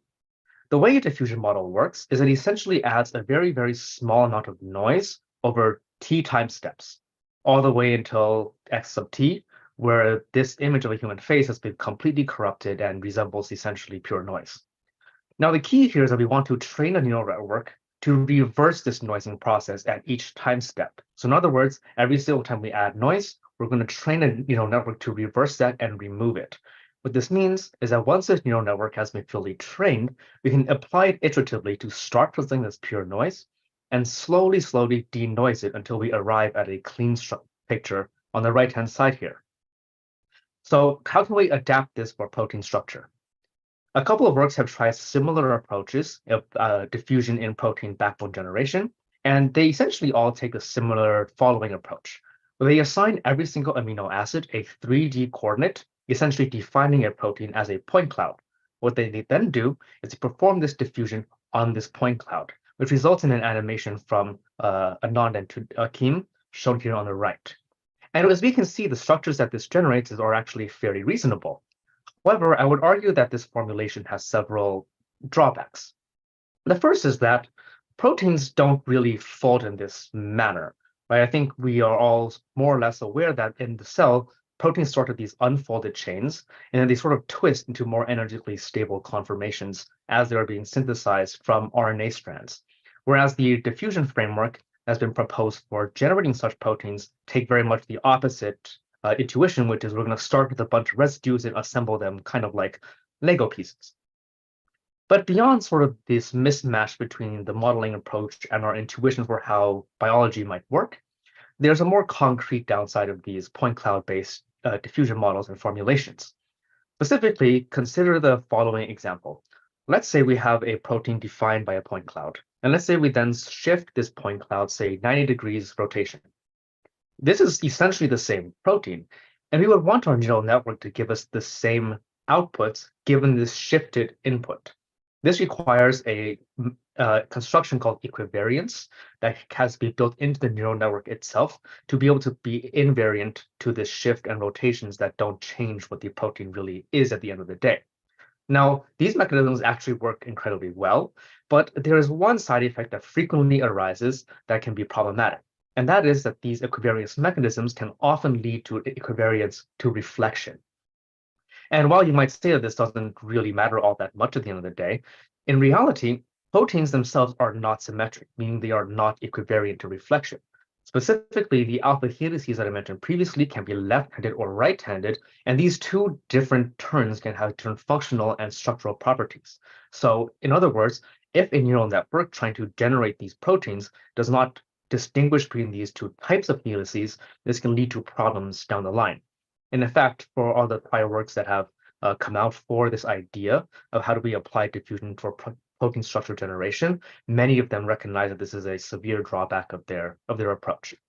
So if not this 3D coordinate point cloud formulation, then how can we formulate this protein structure diffusion problem? Our formulation is to not look at these coordinates, but to actually look at the angles between residues. In other words, if you were given one residue, what is a set of angles that will specify the position of the next residue given this prior residue? So to be a little bit more specific, let's say we're trying to generate a protein of length n amino acids. A point cloud formulation would have this protein be formulated in the space of real numbers of n by 3 by 3, where we have n residues. Each residue has 3 backbone atoms, N, C alpha, and C, and each of these 3 atoms has 3 coordinates. Instead of this formulation, we consider the following, where we have a set of angles between negative pi and pi. There are 6 such angles that will specify the next residue's position given the prior residue, and there are n-1 such gaps in our protein. The angles that I mentioned are specified below in this diagram, where we have 3 dihedral angles or twist angles between 4 residues, shown in orange, and we have 3 bond angles shown in green. And it turns out that these 6 angles specify fully the position of the next residue given the prior residue. So we can reconstruct a whole protein pretty faithfully using this framing. So what does this angular formulation really look like in the context of diffusion, right? I talked about how we can use it to describe a protein, but not so much how it fits into this overall framework. So if you recall the diagram I showed a couple slides ago with the human face, we can make a similar diagram that illustrates our approach to protein structure diffusion. On the right-hand side at x0, we have this following set of angles in this heat map. As you can probably tell, this set of angles is highly structured with lots of consistent patterns. And this structure overall, this pattern of angles forms this structure illustrated below that is, as we can all see, very, very structured and principled, for lack of a better word. What we do for our diffusion model is we add noise to this angular representation, this series of angles that define our protein structure. And we add this over t time steps until we get to eventually a point where we have a set of angles that appear to be pure noise. And this sort of noisy set of angles corresponds to this folded structure below, if we could even really call it folded in the first place. So in a sense, the diffusion process we are now formulating is saying, let's go from this mess of a structure, and then we can refine the angles and denoise these angles over time till we get to a folded structure out at the very end of it. This, in a sense, mirrors the biological process of protein folding, though, mind you, this does not do any thermodynamic modeling. It's just simply taking inspiration for how this might work in a cell. Beyond this, for mirroring the biological intuition, this also has some important properties like shifting the equivariance requirements out of the model's definitions into the definition of the representation, allowing us to sort of sidestep some of the downsides we discussed previously. And finally, this also severely reduces our solution space. If you can imagine, a 3D point cloud can take any shape. It could be a car, it could be a train, it could be a cat, a dog. But in our formulation, everything has to be a linear chain in some conformation, which makes this a much more data efficient problem to learn. So does this model work? I spent all this time talking about our approach. Well, does this actually work? To show this, we trained a model using a bidirectional transformer, which does not use equivariance constraints. And we use this, train about 30,000 or so domains in the CAF dataset. And over the next few slides, I hope to show you 3 levels of empirical evidence that we are able to successfully learn these angles that make up these proteins, and that the angles we generate will, in sum, define a reasonable protein. So the first level of evidence is just to say, well, do the angles that we generate from this model, that is, we're claiming to produce angles, do these make sense? Because if they don't, there's not much hope that this will make any sense at the end of the day. To perform these evaluations, what we have done is for every single length between 50 and 128, we generate 10 different backbone structures. And this yields a total of 780 different structures. For those 780 structures, we then plot the distribution of all these 6 angles across all these structures, shown here in orange. We compare this to the distribution of angles observed in naturally occurring proteins, shown in blue, and we observe a very, very good overlap, which is encouraging. Beyond this, though, it's also important to remember that these angles are not independently distributed, and there's a lot of correlations that happen between angles that sort of come together to form a larger structure. One way to illustrate this sort of covariance is through something called a Ramachandran plot, which illustrates the co-occurrence, the frequency of co-occurrence of the phi and psi dihedral angles at each residue. On the left-hand side, we're making this Ramachandran plot for naturally occurring test set structures. And in this, we can see 3 major regions that correspond to 3 major classes of secondary structures. We have our beta sheets and 2 different turns for alpha helices. From here, we can also make a Ramachandran plot for our generated structures, shown here on the right. And what we can see is that we have the same 3 major clusters of secondary structure elements. And perhaps importantly, it is also clear that our model is able to distinguish between alpha helices that are left-handed or right-handed. This provides at least some evidence that our model can correctly handle the chirality or the asymmetry of natural proteins. So we can show these distributions of individual angles or even joint distributions, but what about these angles in sum?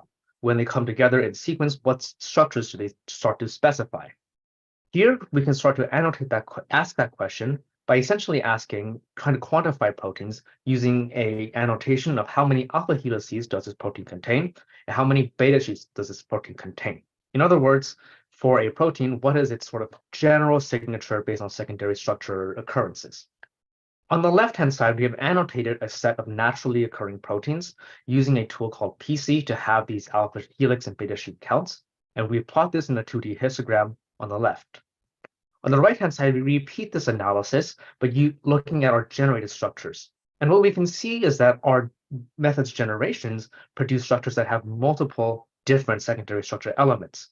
It is not frequently the case we produce just one secondary structure element repeated infinitely, and we frequently generate these complex structures that have multiple different things going on and are not just trivial solutions or trivial proteins.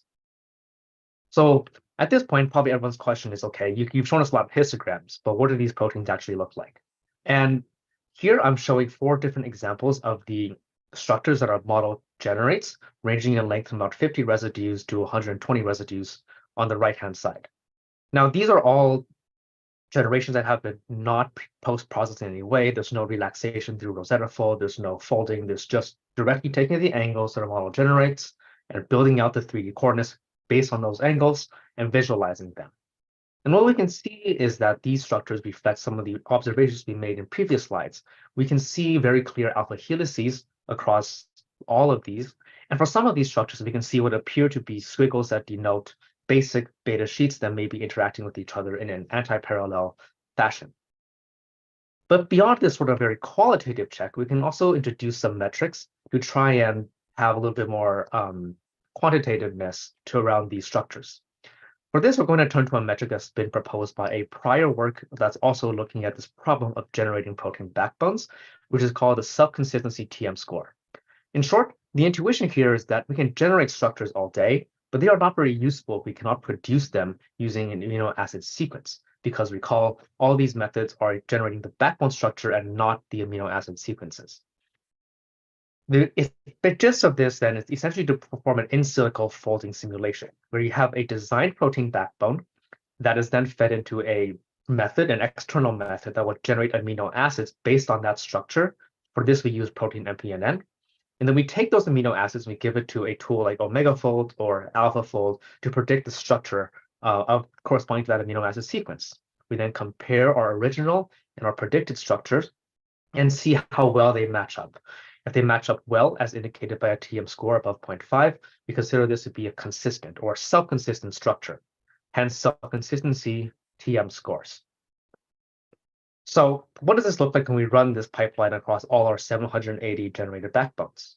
We see that 177 of what 780 are designable using this pipeline with protein MPNN and OmegaFold. I'm showing the distribution of these scores on the right-hand side here, broken down by the length of the structure we are generating. As we can see, shorter structures tend to have better designability on average, but there's still a good proportion of long structures that are still designable by this SCTM metric. We can also replace the OmegaFold folder in this SCTM evaluation pipeline with AlphaFold 2 to be more directly comparable to some prior works. And doing this drops our designability somewhat to be 163 instead of 177. But if we compare this to prior works, this actually is a huge improvement. Specifically, a work by Tripp et al. Earlier this year claims that they are able to, using the same pipeline, generate 92 out of 780 designable protein backbones by this SCTM measure. We can generate nearly double that at 163. And if we do a little bit more digging, we can see that this is actually a statistically significant improvement, both for short structures and long structures.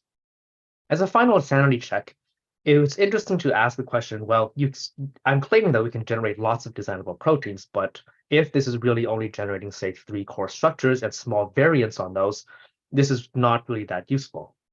To sort of evaluate then the diversity of the structures that are designable that we have generated, we take the 177 designable structures that I showed previously, and we cluster them based on their pairwise similarity. This is shown here on the left-hand side for our method. And on the right-hand side, I'm showing a prior work by Tripp et al. That performs the identical evaluation. What we see is that this prior work collapses into this modality where even though they claim they can produce 92 designable structures, many of them are clustered around these core structures with small variants being generated thereof.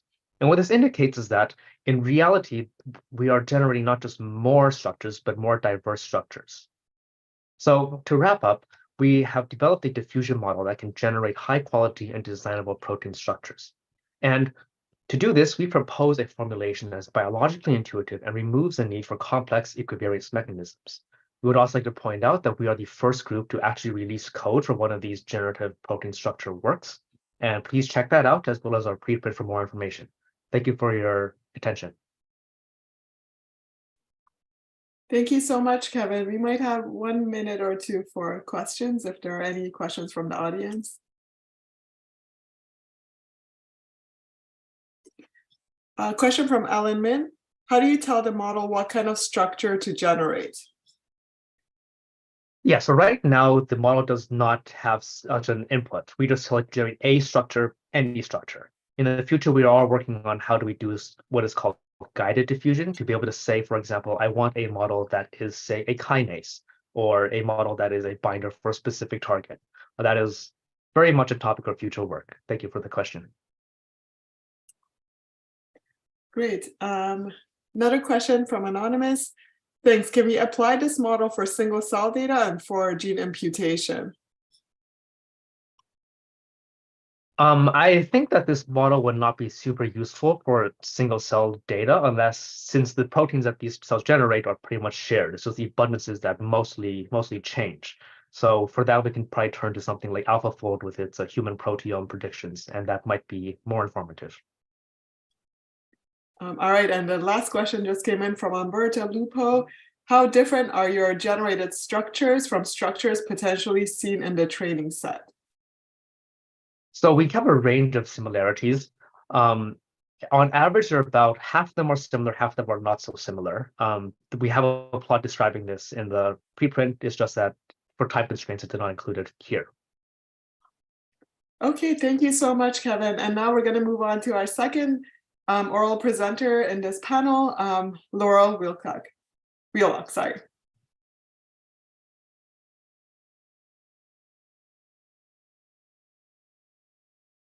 All right. Thank you so much. My name is Lauren Wheelock, and I'm a machine learning scientist at Dino Therapeutics. I'll be presenting on our paper, Forecasting Labels Under Distribution Shift for Machine-Guided Sequence Design, and you can find our preprint at the archive link here too. It's my conflicts. So historically, sequence design experiments have come in two flavors. There's random screening using random mutagenesis, where you can generate very large sequence libraries, but most of the sequences in those libraries are non-functional due to deleterious mutations. And then on the rational design front, you have much smaller libraries, much higher chance of each sequence being successful, but it's hard to explore larger regions of sequence space and further from known data. As a compromise, more recently, there's been a lot of work in machine-guided high-throughput design, where you can have libraries that have kind of the best of both worlds. You have a large number of high-performing sequences and high diversity. And this is the setting that we're going to be focusing on today. So the experiments in this setting kind of run like this. So we generate a large set of potential sequences in the hundreds of thousands using machine learning models. And these can be proteins or viral variants or any biologic sequence. Then we run a set of experiments, typically in vivo experiments, and then get out a large set of measurement values, one value for each property and for each sequence. The problem is this process can take a very, very long time. And ideally, we'd like to iterate on this. So we take the measurements and then we design new sequences on them. So this is a real pain point that this process takes so long. So the goal in this project of forecasting is to provide an accurate experiment-free forecast of the overall quality of these library experiments, specifically what we think the performance of the top performers in each set will be. Why exactly do we want to do this? The forecast plays a role at various points in the experimental timeline. So before, when we've designed an experiment but haven't run it yet, it's a nice sanity check, because if the forecast says that we aren't predicted to have a very successful experiment, it's a chance to go back and redesign. During an experiment, it helps set expectations internally and externally. And then after, it helps interpret the experimental measurements and benchmark against what we expected. So the overall framework for forecasting is we start with some historical experiment data, a set of sequences and corresponding measurements. And those measurements have some distribution. And then we take those sequences and measurements and build machine learning models to predict from one to the other. And then we exploit, we optimize against those models to generate a new set of candidate sequences that we think will perform kind of out of distribution compared to the original training set. And then the usual process is we wait for experimental validation, and we hope that we see a right shift in that distribution from the second set. If we want some early indication or guess of how we might do, a naive approach would be to just use the models that we use to design the sequences in the first place as point estimates and look at the distribution of those scores. And since we optimized against these models, we do expect to see some right shift compared to our training set. There are a number of problems with this that we'll go into in a minute. So to correct for that, the new forecasting approach takes those scores into account as well as the training data and calibrates and simulates to come up with a predicted distribution that is more accurate. So what's so wrong with just doing this, right? With just taking these ensemble point estimates? Three things. First of all, and in this graph, it's simplified to be like this, there's this implicit unimodal assumption that, that our sequences will have this nice little Gaussian distribution. In reality, that's very, very unrealistic. Our data tends to look more like this, where we have a very strong left mode, which consists of sequences that are broken because some mutation has made them completely non-functional, and also consists of dropout. If we're doing really high throughput studies, we might only be able to get signal from the upper even half of the sequences that we get out. So when you look at the distribution of measurement values, you tend to have this bimodal shape. The other difference is distribution shift. And this is, the really big one, both in covariate space, because your design set is in a different part of sequence space, it's in a different part of edit distance space. And on the label shift side, because given the covariates, we also expect different performance, because this is really an unexplored area of space. So those two forms of distribution shift mean that we're expecting a significant difference that isn't reflected in the distribution of these model scores. The third difference is actually that these aggregate point estimates really can't capture population level rare events. And what this means is a rare event like being a really top performer new discovery could be extremely rare on an individual sequence level, but quite expected on a full library level. So when you actually look at the distribution of the model scores, you tend to see chopped left and right tails. The left tail is chopped because you're filtering out, you're only going to experiment with the things that are pretty good. So if it doesn't score well, you're going to throw it out. And a chopped right tail because you're hitting the limit of your ability to exploit the model. And if you just predict the point estimate, you're not really taking into account the low probability aggregated across sequences. So how our method addresses each of these.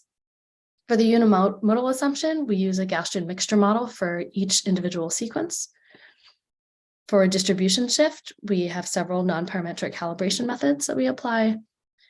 And then to deal with this point estimate problem, we create simulations at the sequence level and then the library level to form an overall library level posterior. So seeing this in action, applying the Gaussian mixture model, we go from having one model score ensemble value to a set of 5 parameters that parameterize the probability of being in each mode and then the mean and variance of each mode. For the non-parametric calibration, we use isotonic regression for each of those 5 parameters based on the original set. So this just bases things really empirically and corrects for the covariate shift, half of the distribution shift problem. On the label shift side, we have several additional techniques that I won't go into here, but we talk about in the paper that allow for more optimism and more out of distribution effects. And then for the library level posterior, we will repeatedly draw one sequence per miniature Gaussian mixture model distribution, one value per sequence for a single library draw, and then we repeatedly draw entire libraries. And this gives a posterior over the whole distribution and allows us to compute the frequency of very rare events. For experimental validation, at Dino, we work extensively with adeno-associated virus, and we have a lot of internal data that we've validated on, and this is kind of the primary motivation for the work for us. There is one publicly available AAV dataset that I'll be presenting on here, as well as 3 other publicly available datasets that we present in the paper on GB1, GFP, and then synthetic RNA landscapes. So I'm going to focus on the AAV and the RNA side in this presentation. So for AAV, we're talking about a small virus that is used to deliver gene therapy. And the metric that we're interested in here is the capsid, the viral capsid protein, whether it can actually successfully package and produce as a prerequisite for everything else that we do. And so in this packaging study, we looked at, we had a training set, which was of kind of random mutants, and then we went through this process of building models, exploiting those models, and producing a new test set. And you can see here, so this plot, the x-axis is the normalized packaging rate, where 0 is no packaging, and 1 is actually normalized to be the best value in the test set. And then the colors are really similar to the ones from earlier in the presentation. Blue is these point estimates, and then green is the forecast. And then the shapes are either your 99th percentile, the mean of that top 1%, and then the very top value. And you can see, compared to the blue point estimates coming out of our models, both the forecast and the ground truth are significantly shifted to the right. And we have really high accuracy kind of across this distribution. Another metric that we look at is the Kolmogorov-Smirnov statistic, which is a measurement of distribution fit. And we can look at the distribution fit of the right tail, starting from some percentile between 0.7 and 0.95 and going out to the right tail, and then comparing the distributions between either the forecast and the ground truth or the point estimates and the ground truth. The way this statistic works is that lower is better. So 0 is perfect fit, 1 is completely disjoint fit.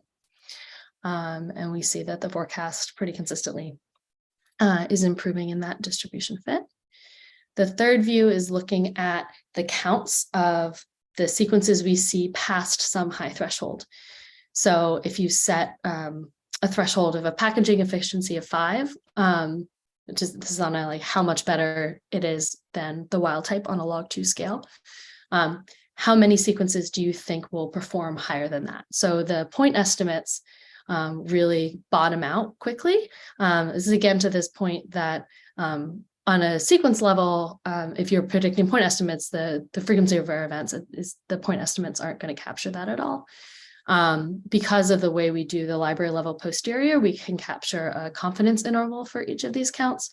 And we see that the true counts above each of these thresholds is pretty comfortably within the confidence interval for each threshold.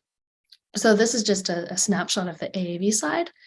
I'll also talk a little bit about the RNA side. So these are RNA binding landscapes. It's a very noisy plot, but the really nice thing that this does, and these are synthetic landscapes, but it lets us look at lots and lots of different landscapes and settings and starting sequences to experiment. And a couple things to take away is noting up here that it's nice that we're seeing kind of unbiased results overall. We're seeing this internally as well. It can be tempting to think that, oh, the forecast is just multiplying everything by 1.5. It's just shifting everything up by some amount. And if you just multiply it by more, it could do better.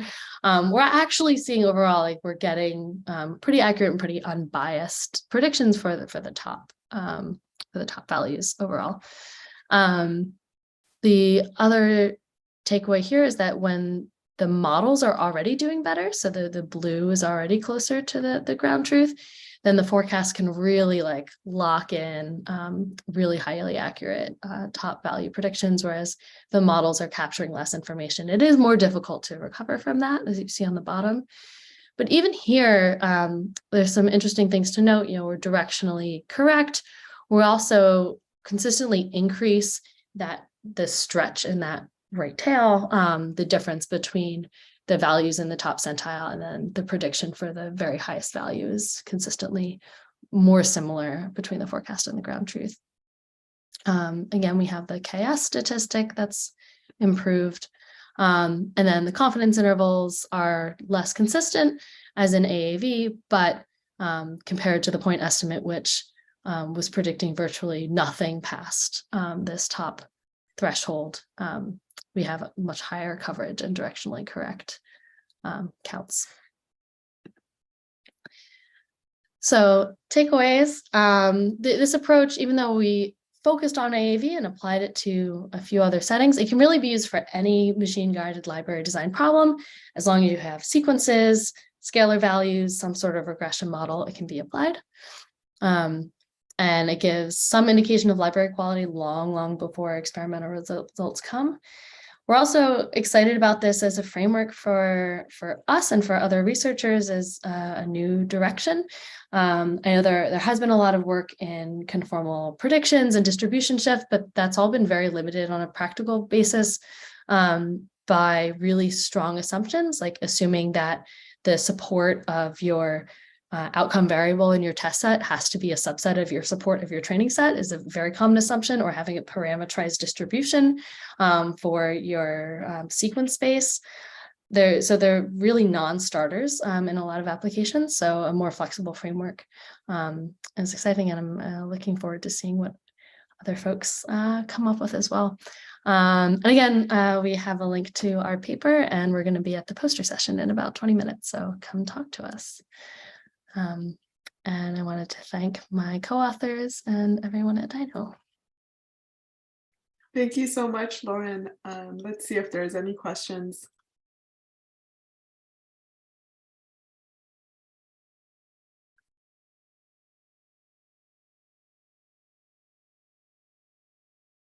David has a question. The phrase I kept thinking you were going to say was winner's curse also, because it has definitely, a lot of these issues have a feel of winner's curse, of like you're picking the things that you thought were going to be the best, but there's obviously some model error, and so then you'd get like regression to the mean when you actually go and look at those things. So is that part of this? Yeah, it's definitely the winner's curse is definitely something we think about. I think about it too in the context of like the appropriate use of this kind of technique. It's very tempting to jump at this and say, wow, well, if we have this early indication of how well our design does, let's optimize against that, right? Like, let's build a bunch of different designs and pick the one that's forecast to be the best. And maybe there's some version of this that makes that okay, but I would be highly concerned that you're just going to exploit pathologies at that point and just double dip and just find the models and the parts of model space that you are overconfident in. The other problem is, again, and the reason why the literature doesn't address it so much, is that there are information theoretic limits here, right? Like if you're allowing things to be truly out of distribution of a training set, it could, there's no limit to it. For all we knew, the next experiment could be, 100 million times, anything we've seen before. And there's no way that we can really come to grips with the likelihood of that. So you're really talking about exploring the space of like between what the models are predicting, between what your data says, and like how like aggressive the assumptions that you're willing to make about how these things interact with each other. So I don't think there's not the information there to do this perfectly, even in theory. So yeah, there's definitely a lot of landmines with this. Right. Agreed. Yeah. Thanks. It's great work. Great. Thank you so much, Lauren. So we're going to move on to the last speaker for this session. Sarah from University of Toronto is going to tell us about cryptic site, CPA cryptic site genome-wide. Hi, everyone. Okay. Hi. 1 second. Sorry, I just want my laser pointer. Okay.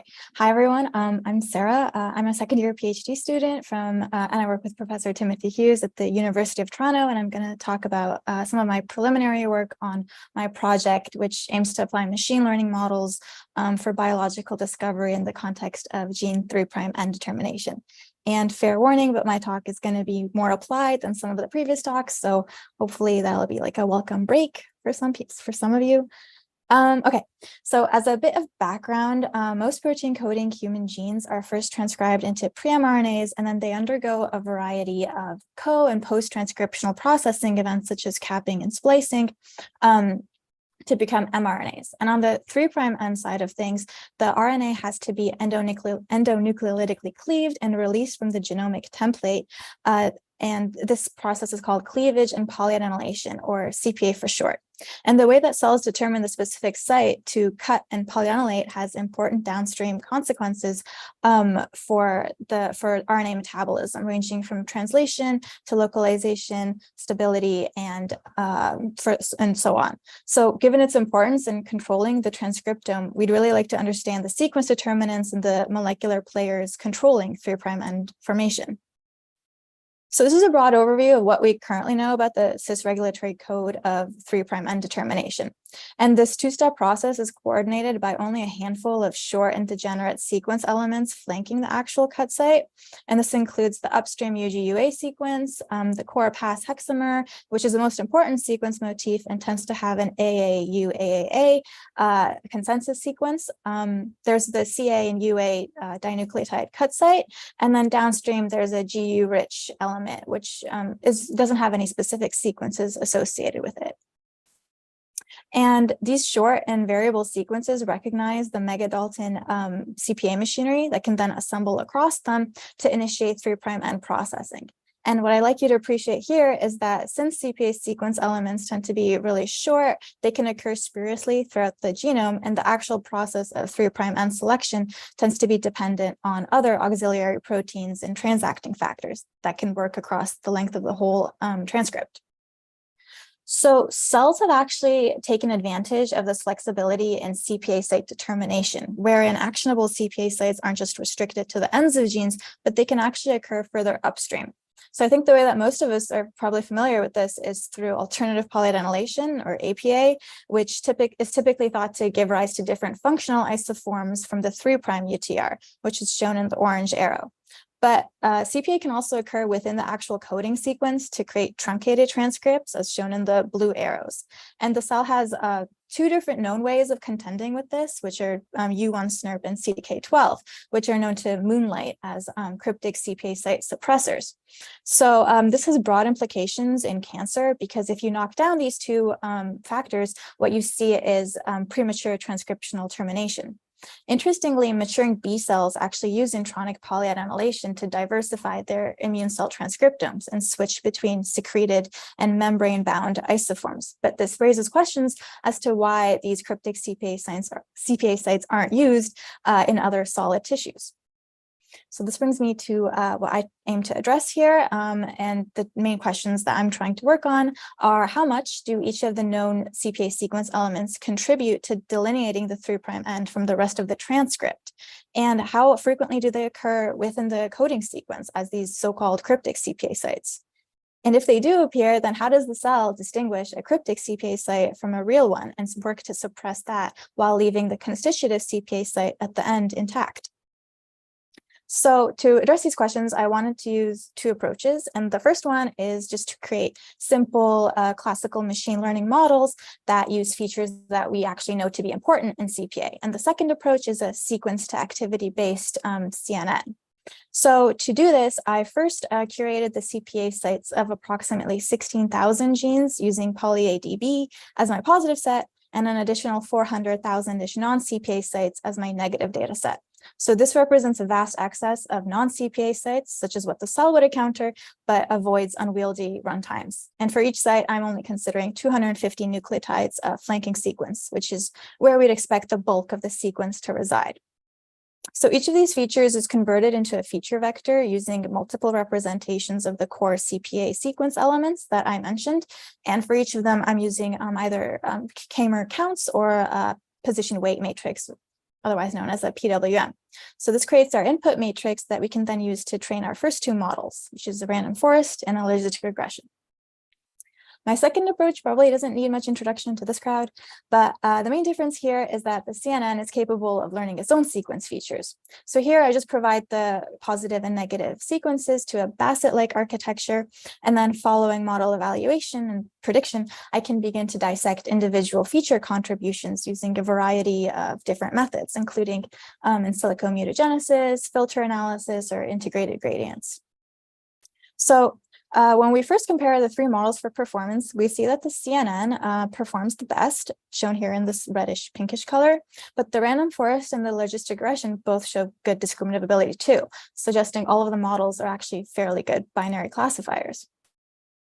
And then to learn what biology these models have actually picked up on, I first dissected the two classical machine learning models by looking at the Gini importance scores and the logistic regression coefficients. So the weights for the two models approximately matched what we know about the positional distribution of these sequence elements shown at the bottom. For example, the pass tends to be localized slightly upstream of the CPA site, but the downstream sequence elements occur a little bit after the actual cut site. We can also take a closer look at the CNN by using attribution maps from integrated gradients and from DeepShap to understand individual sequence predictions. So here we can see once again that the pass, or the AAT-AAA, is very important to the model per both attribution methods, but it also picks up on the A nucleotide that occurs before the cut site and a little bit on the GU-rich downstream tracts too. And this is further corroborated by looking at the actual filters of the model. So we can see that it's dedicated a lot of filters to variations of the pass, which I've highlighted in the red box, and some of them to the UGUA upstream enhancer in the orange box. A lot of the other filters might just be picking up local base content variation. So now for the real test, we want to see how well these models can imitate the task of the cell, which is to discriminate the 3' end from the rest of the protein coding genome, which is, orders of magnitude larger. So here I took the two best models, the random forest and the CNN, and I scanned them across over 1 billion windows in the protein coding genome. And I wanted to see for how many genes in the held out data set did each model assign the maximum score to the constitutive 3' end. And we can see that in this kind of rigorous testing framework, the CNN assigned the highest probability to the 3' end for slightly over half of the held out data set, but the random forest struggled a bit more, falling a little bit short of 40% of held out genes. And this suggests that the core CPA sequence features can only determine approximately half of all CPA sites by themselves. So there's many more cryptic CPA sites within the genome. So here's an example of what I mean when I talk about cryptic CPA sites for this particular gene, CNTROB, shown at the top. And here we can see that each model's predictions for each of the bases within the gene for each window within the gene is shown on the x-axis with the prediction shown on the y-axis.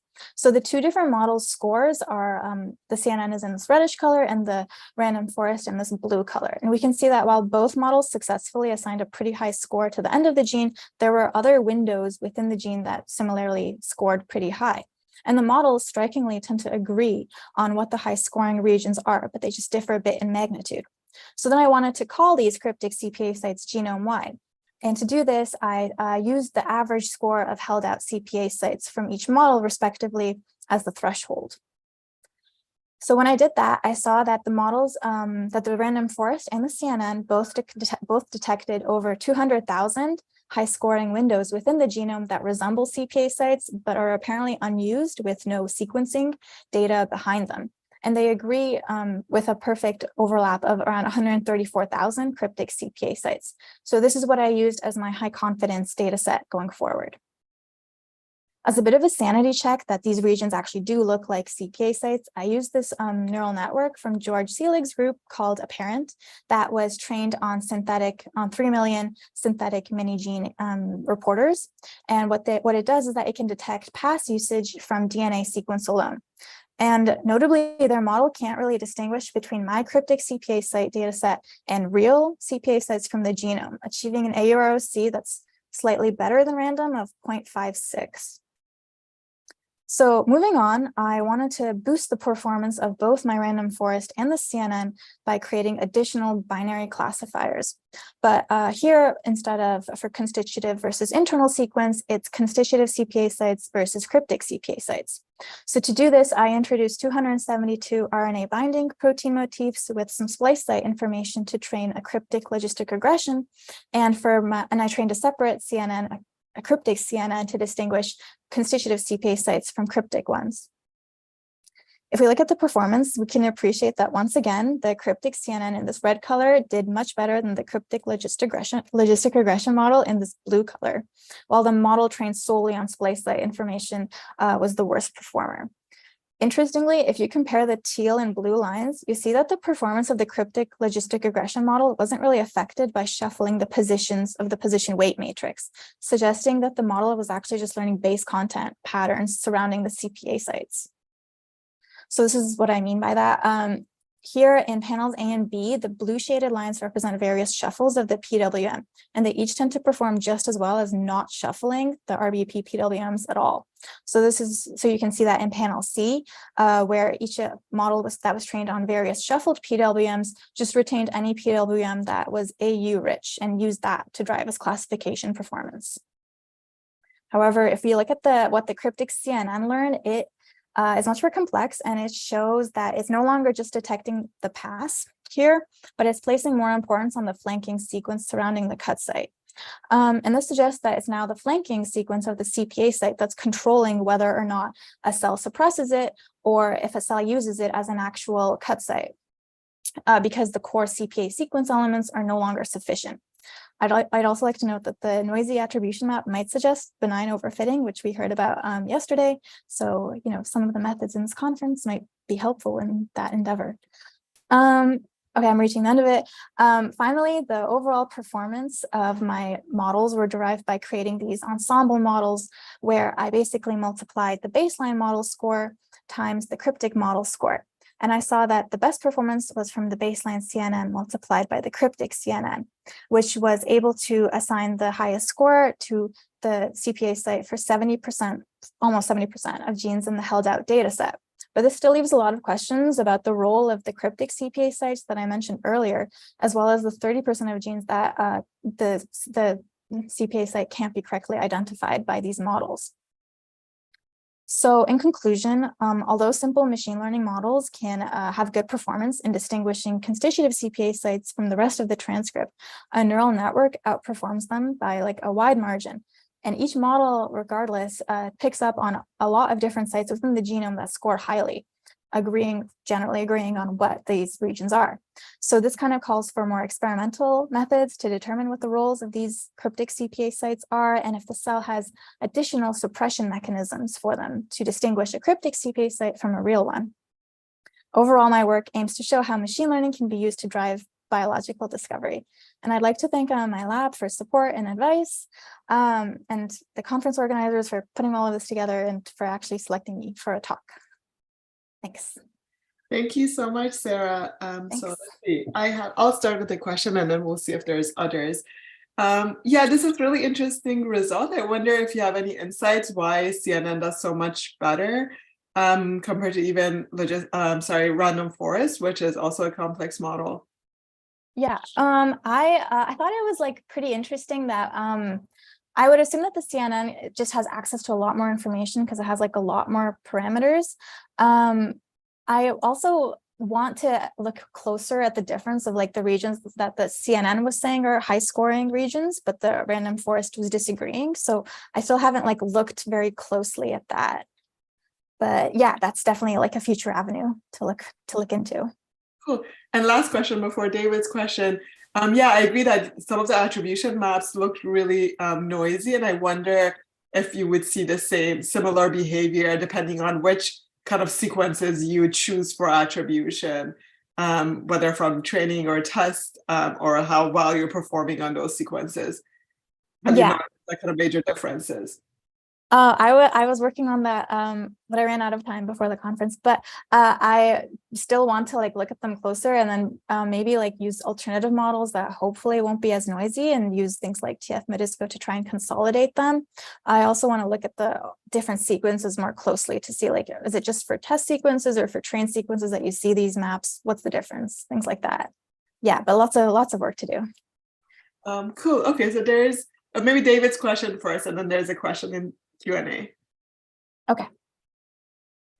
Yeah, nice work. So I was curious about whether you think splicing rate might be explaining some variation in which CPAs get used. So the idea being, if you have an intron that's spliced really fast, then that potential CPA is gone and it can't be used anymore. And I guess we don't have necessarily great splicing rate estimates for for human genome wide, but there is some data you could maybe try and use to look at that, and whether you think that might explain any of the cryptic sites that you can't predict well. Yeah, that's a really cool point, because for U1, when they saw that it is moderating CPA sites in the telescripting kind of mechanism, they saw that it tends to suppress cryptic CPA sites in the first intron, which is the longest intron. So maybe since it's the longest intron, that means that it has the most time for the CPA machinery to kind of co-assemble with Pol2 and cleave it there. But that would be cool information to include if I had maps of that. Yeah, so that might be a factor. Cool, thank you. Here's a question from Anupama. Have you run your data through ApparaNet 2, which is, I don't know if you're familiar with ApparaNet and ApparaNet 2 from the CLIG lab. Yeah, I saw that on Twitter too. I have not, I have the original Apparent, but yeah, when I'm not sure if that model is publicly available yet, but if it is, then I will test it on that to see if it does a better job of distinguishing these cryptic CPA sites from, real ones like a cell would do. Okay, thank you so much, Sarah. So now we're going to move on to our poster session. So this was the last kind of portion of the oral presentations. Thank you so much to all the presenters, and thank you so much to the audience for asking such wonderful questions. And just before we move on to the poster presentation, I also want to thank our sponsors that have been supporting us for several years now: Recursion, Amazon Deep Genomics, and also many thanks to the area chairs for their help with reviewing all the submissions to MLCB. So any other organizers want to say anything before we break for the poster session? James, I see that you're here as well. Sounds good, Sarah. Thanks. Yeah, thanks everyone to those speakers and to those participants. Yeah, thank you so much, everyone, and see you all in the poster session.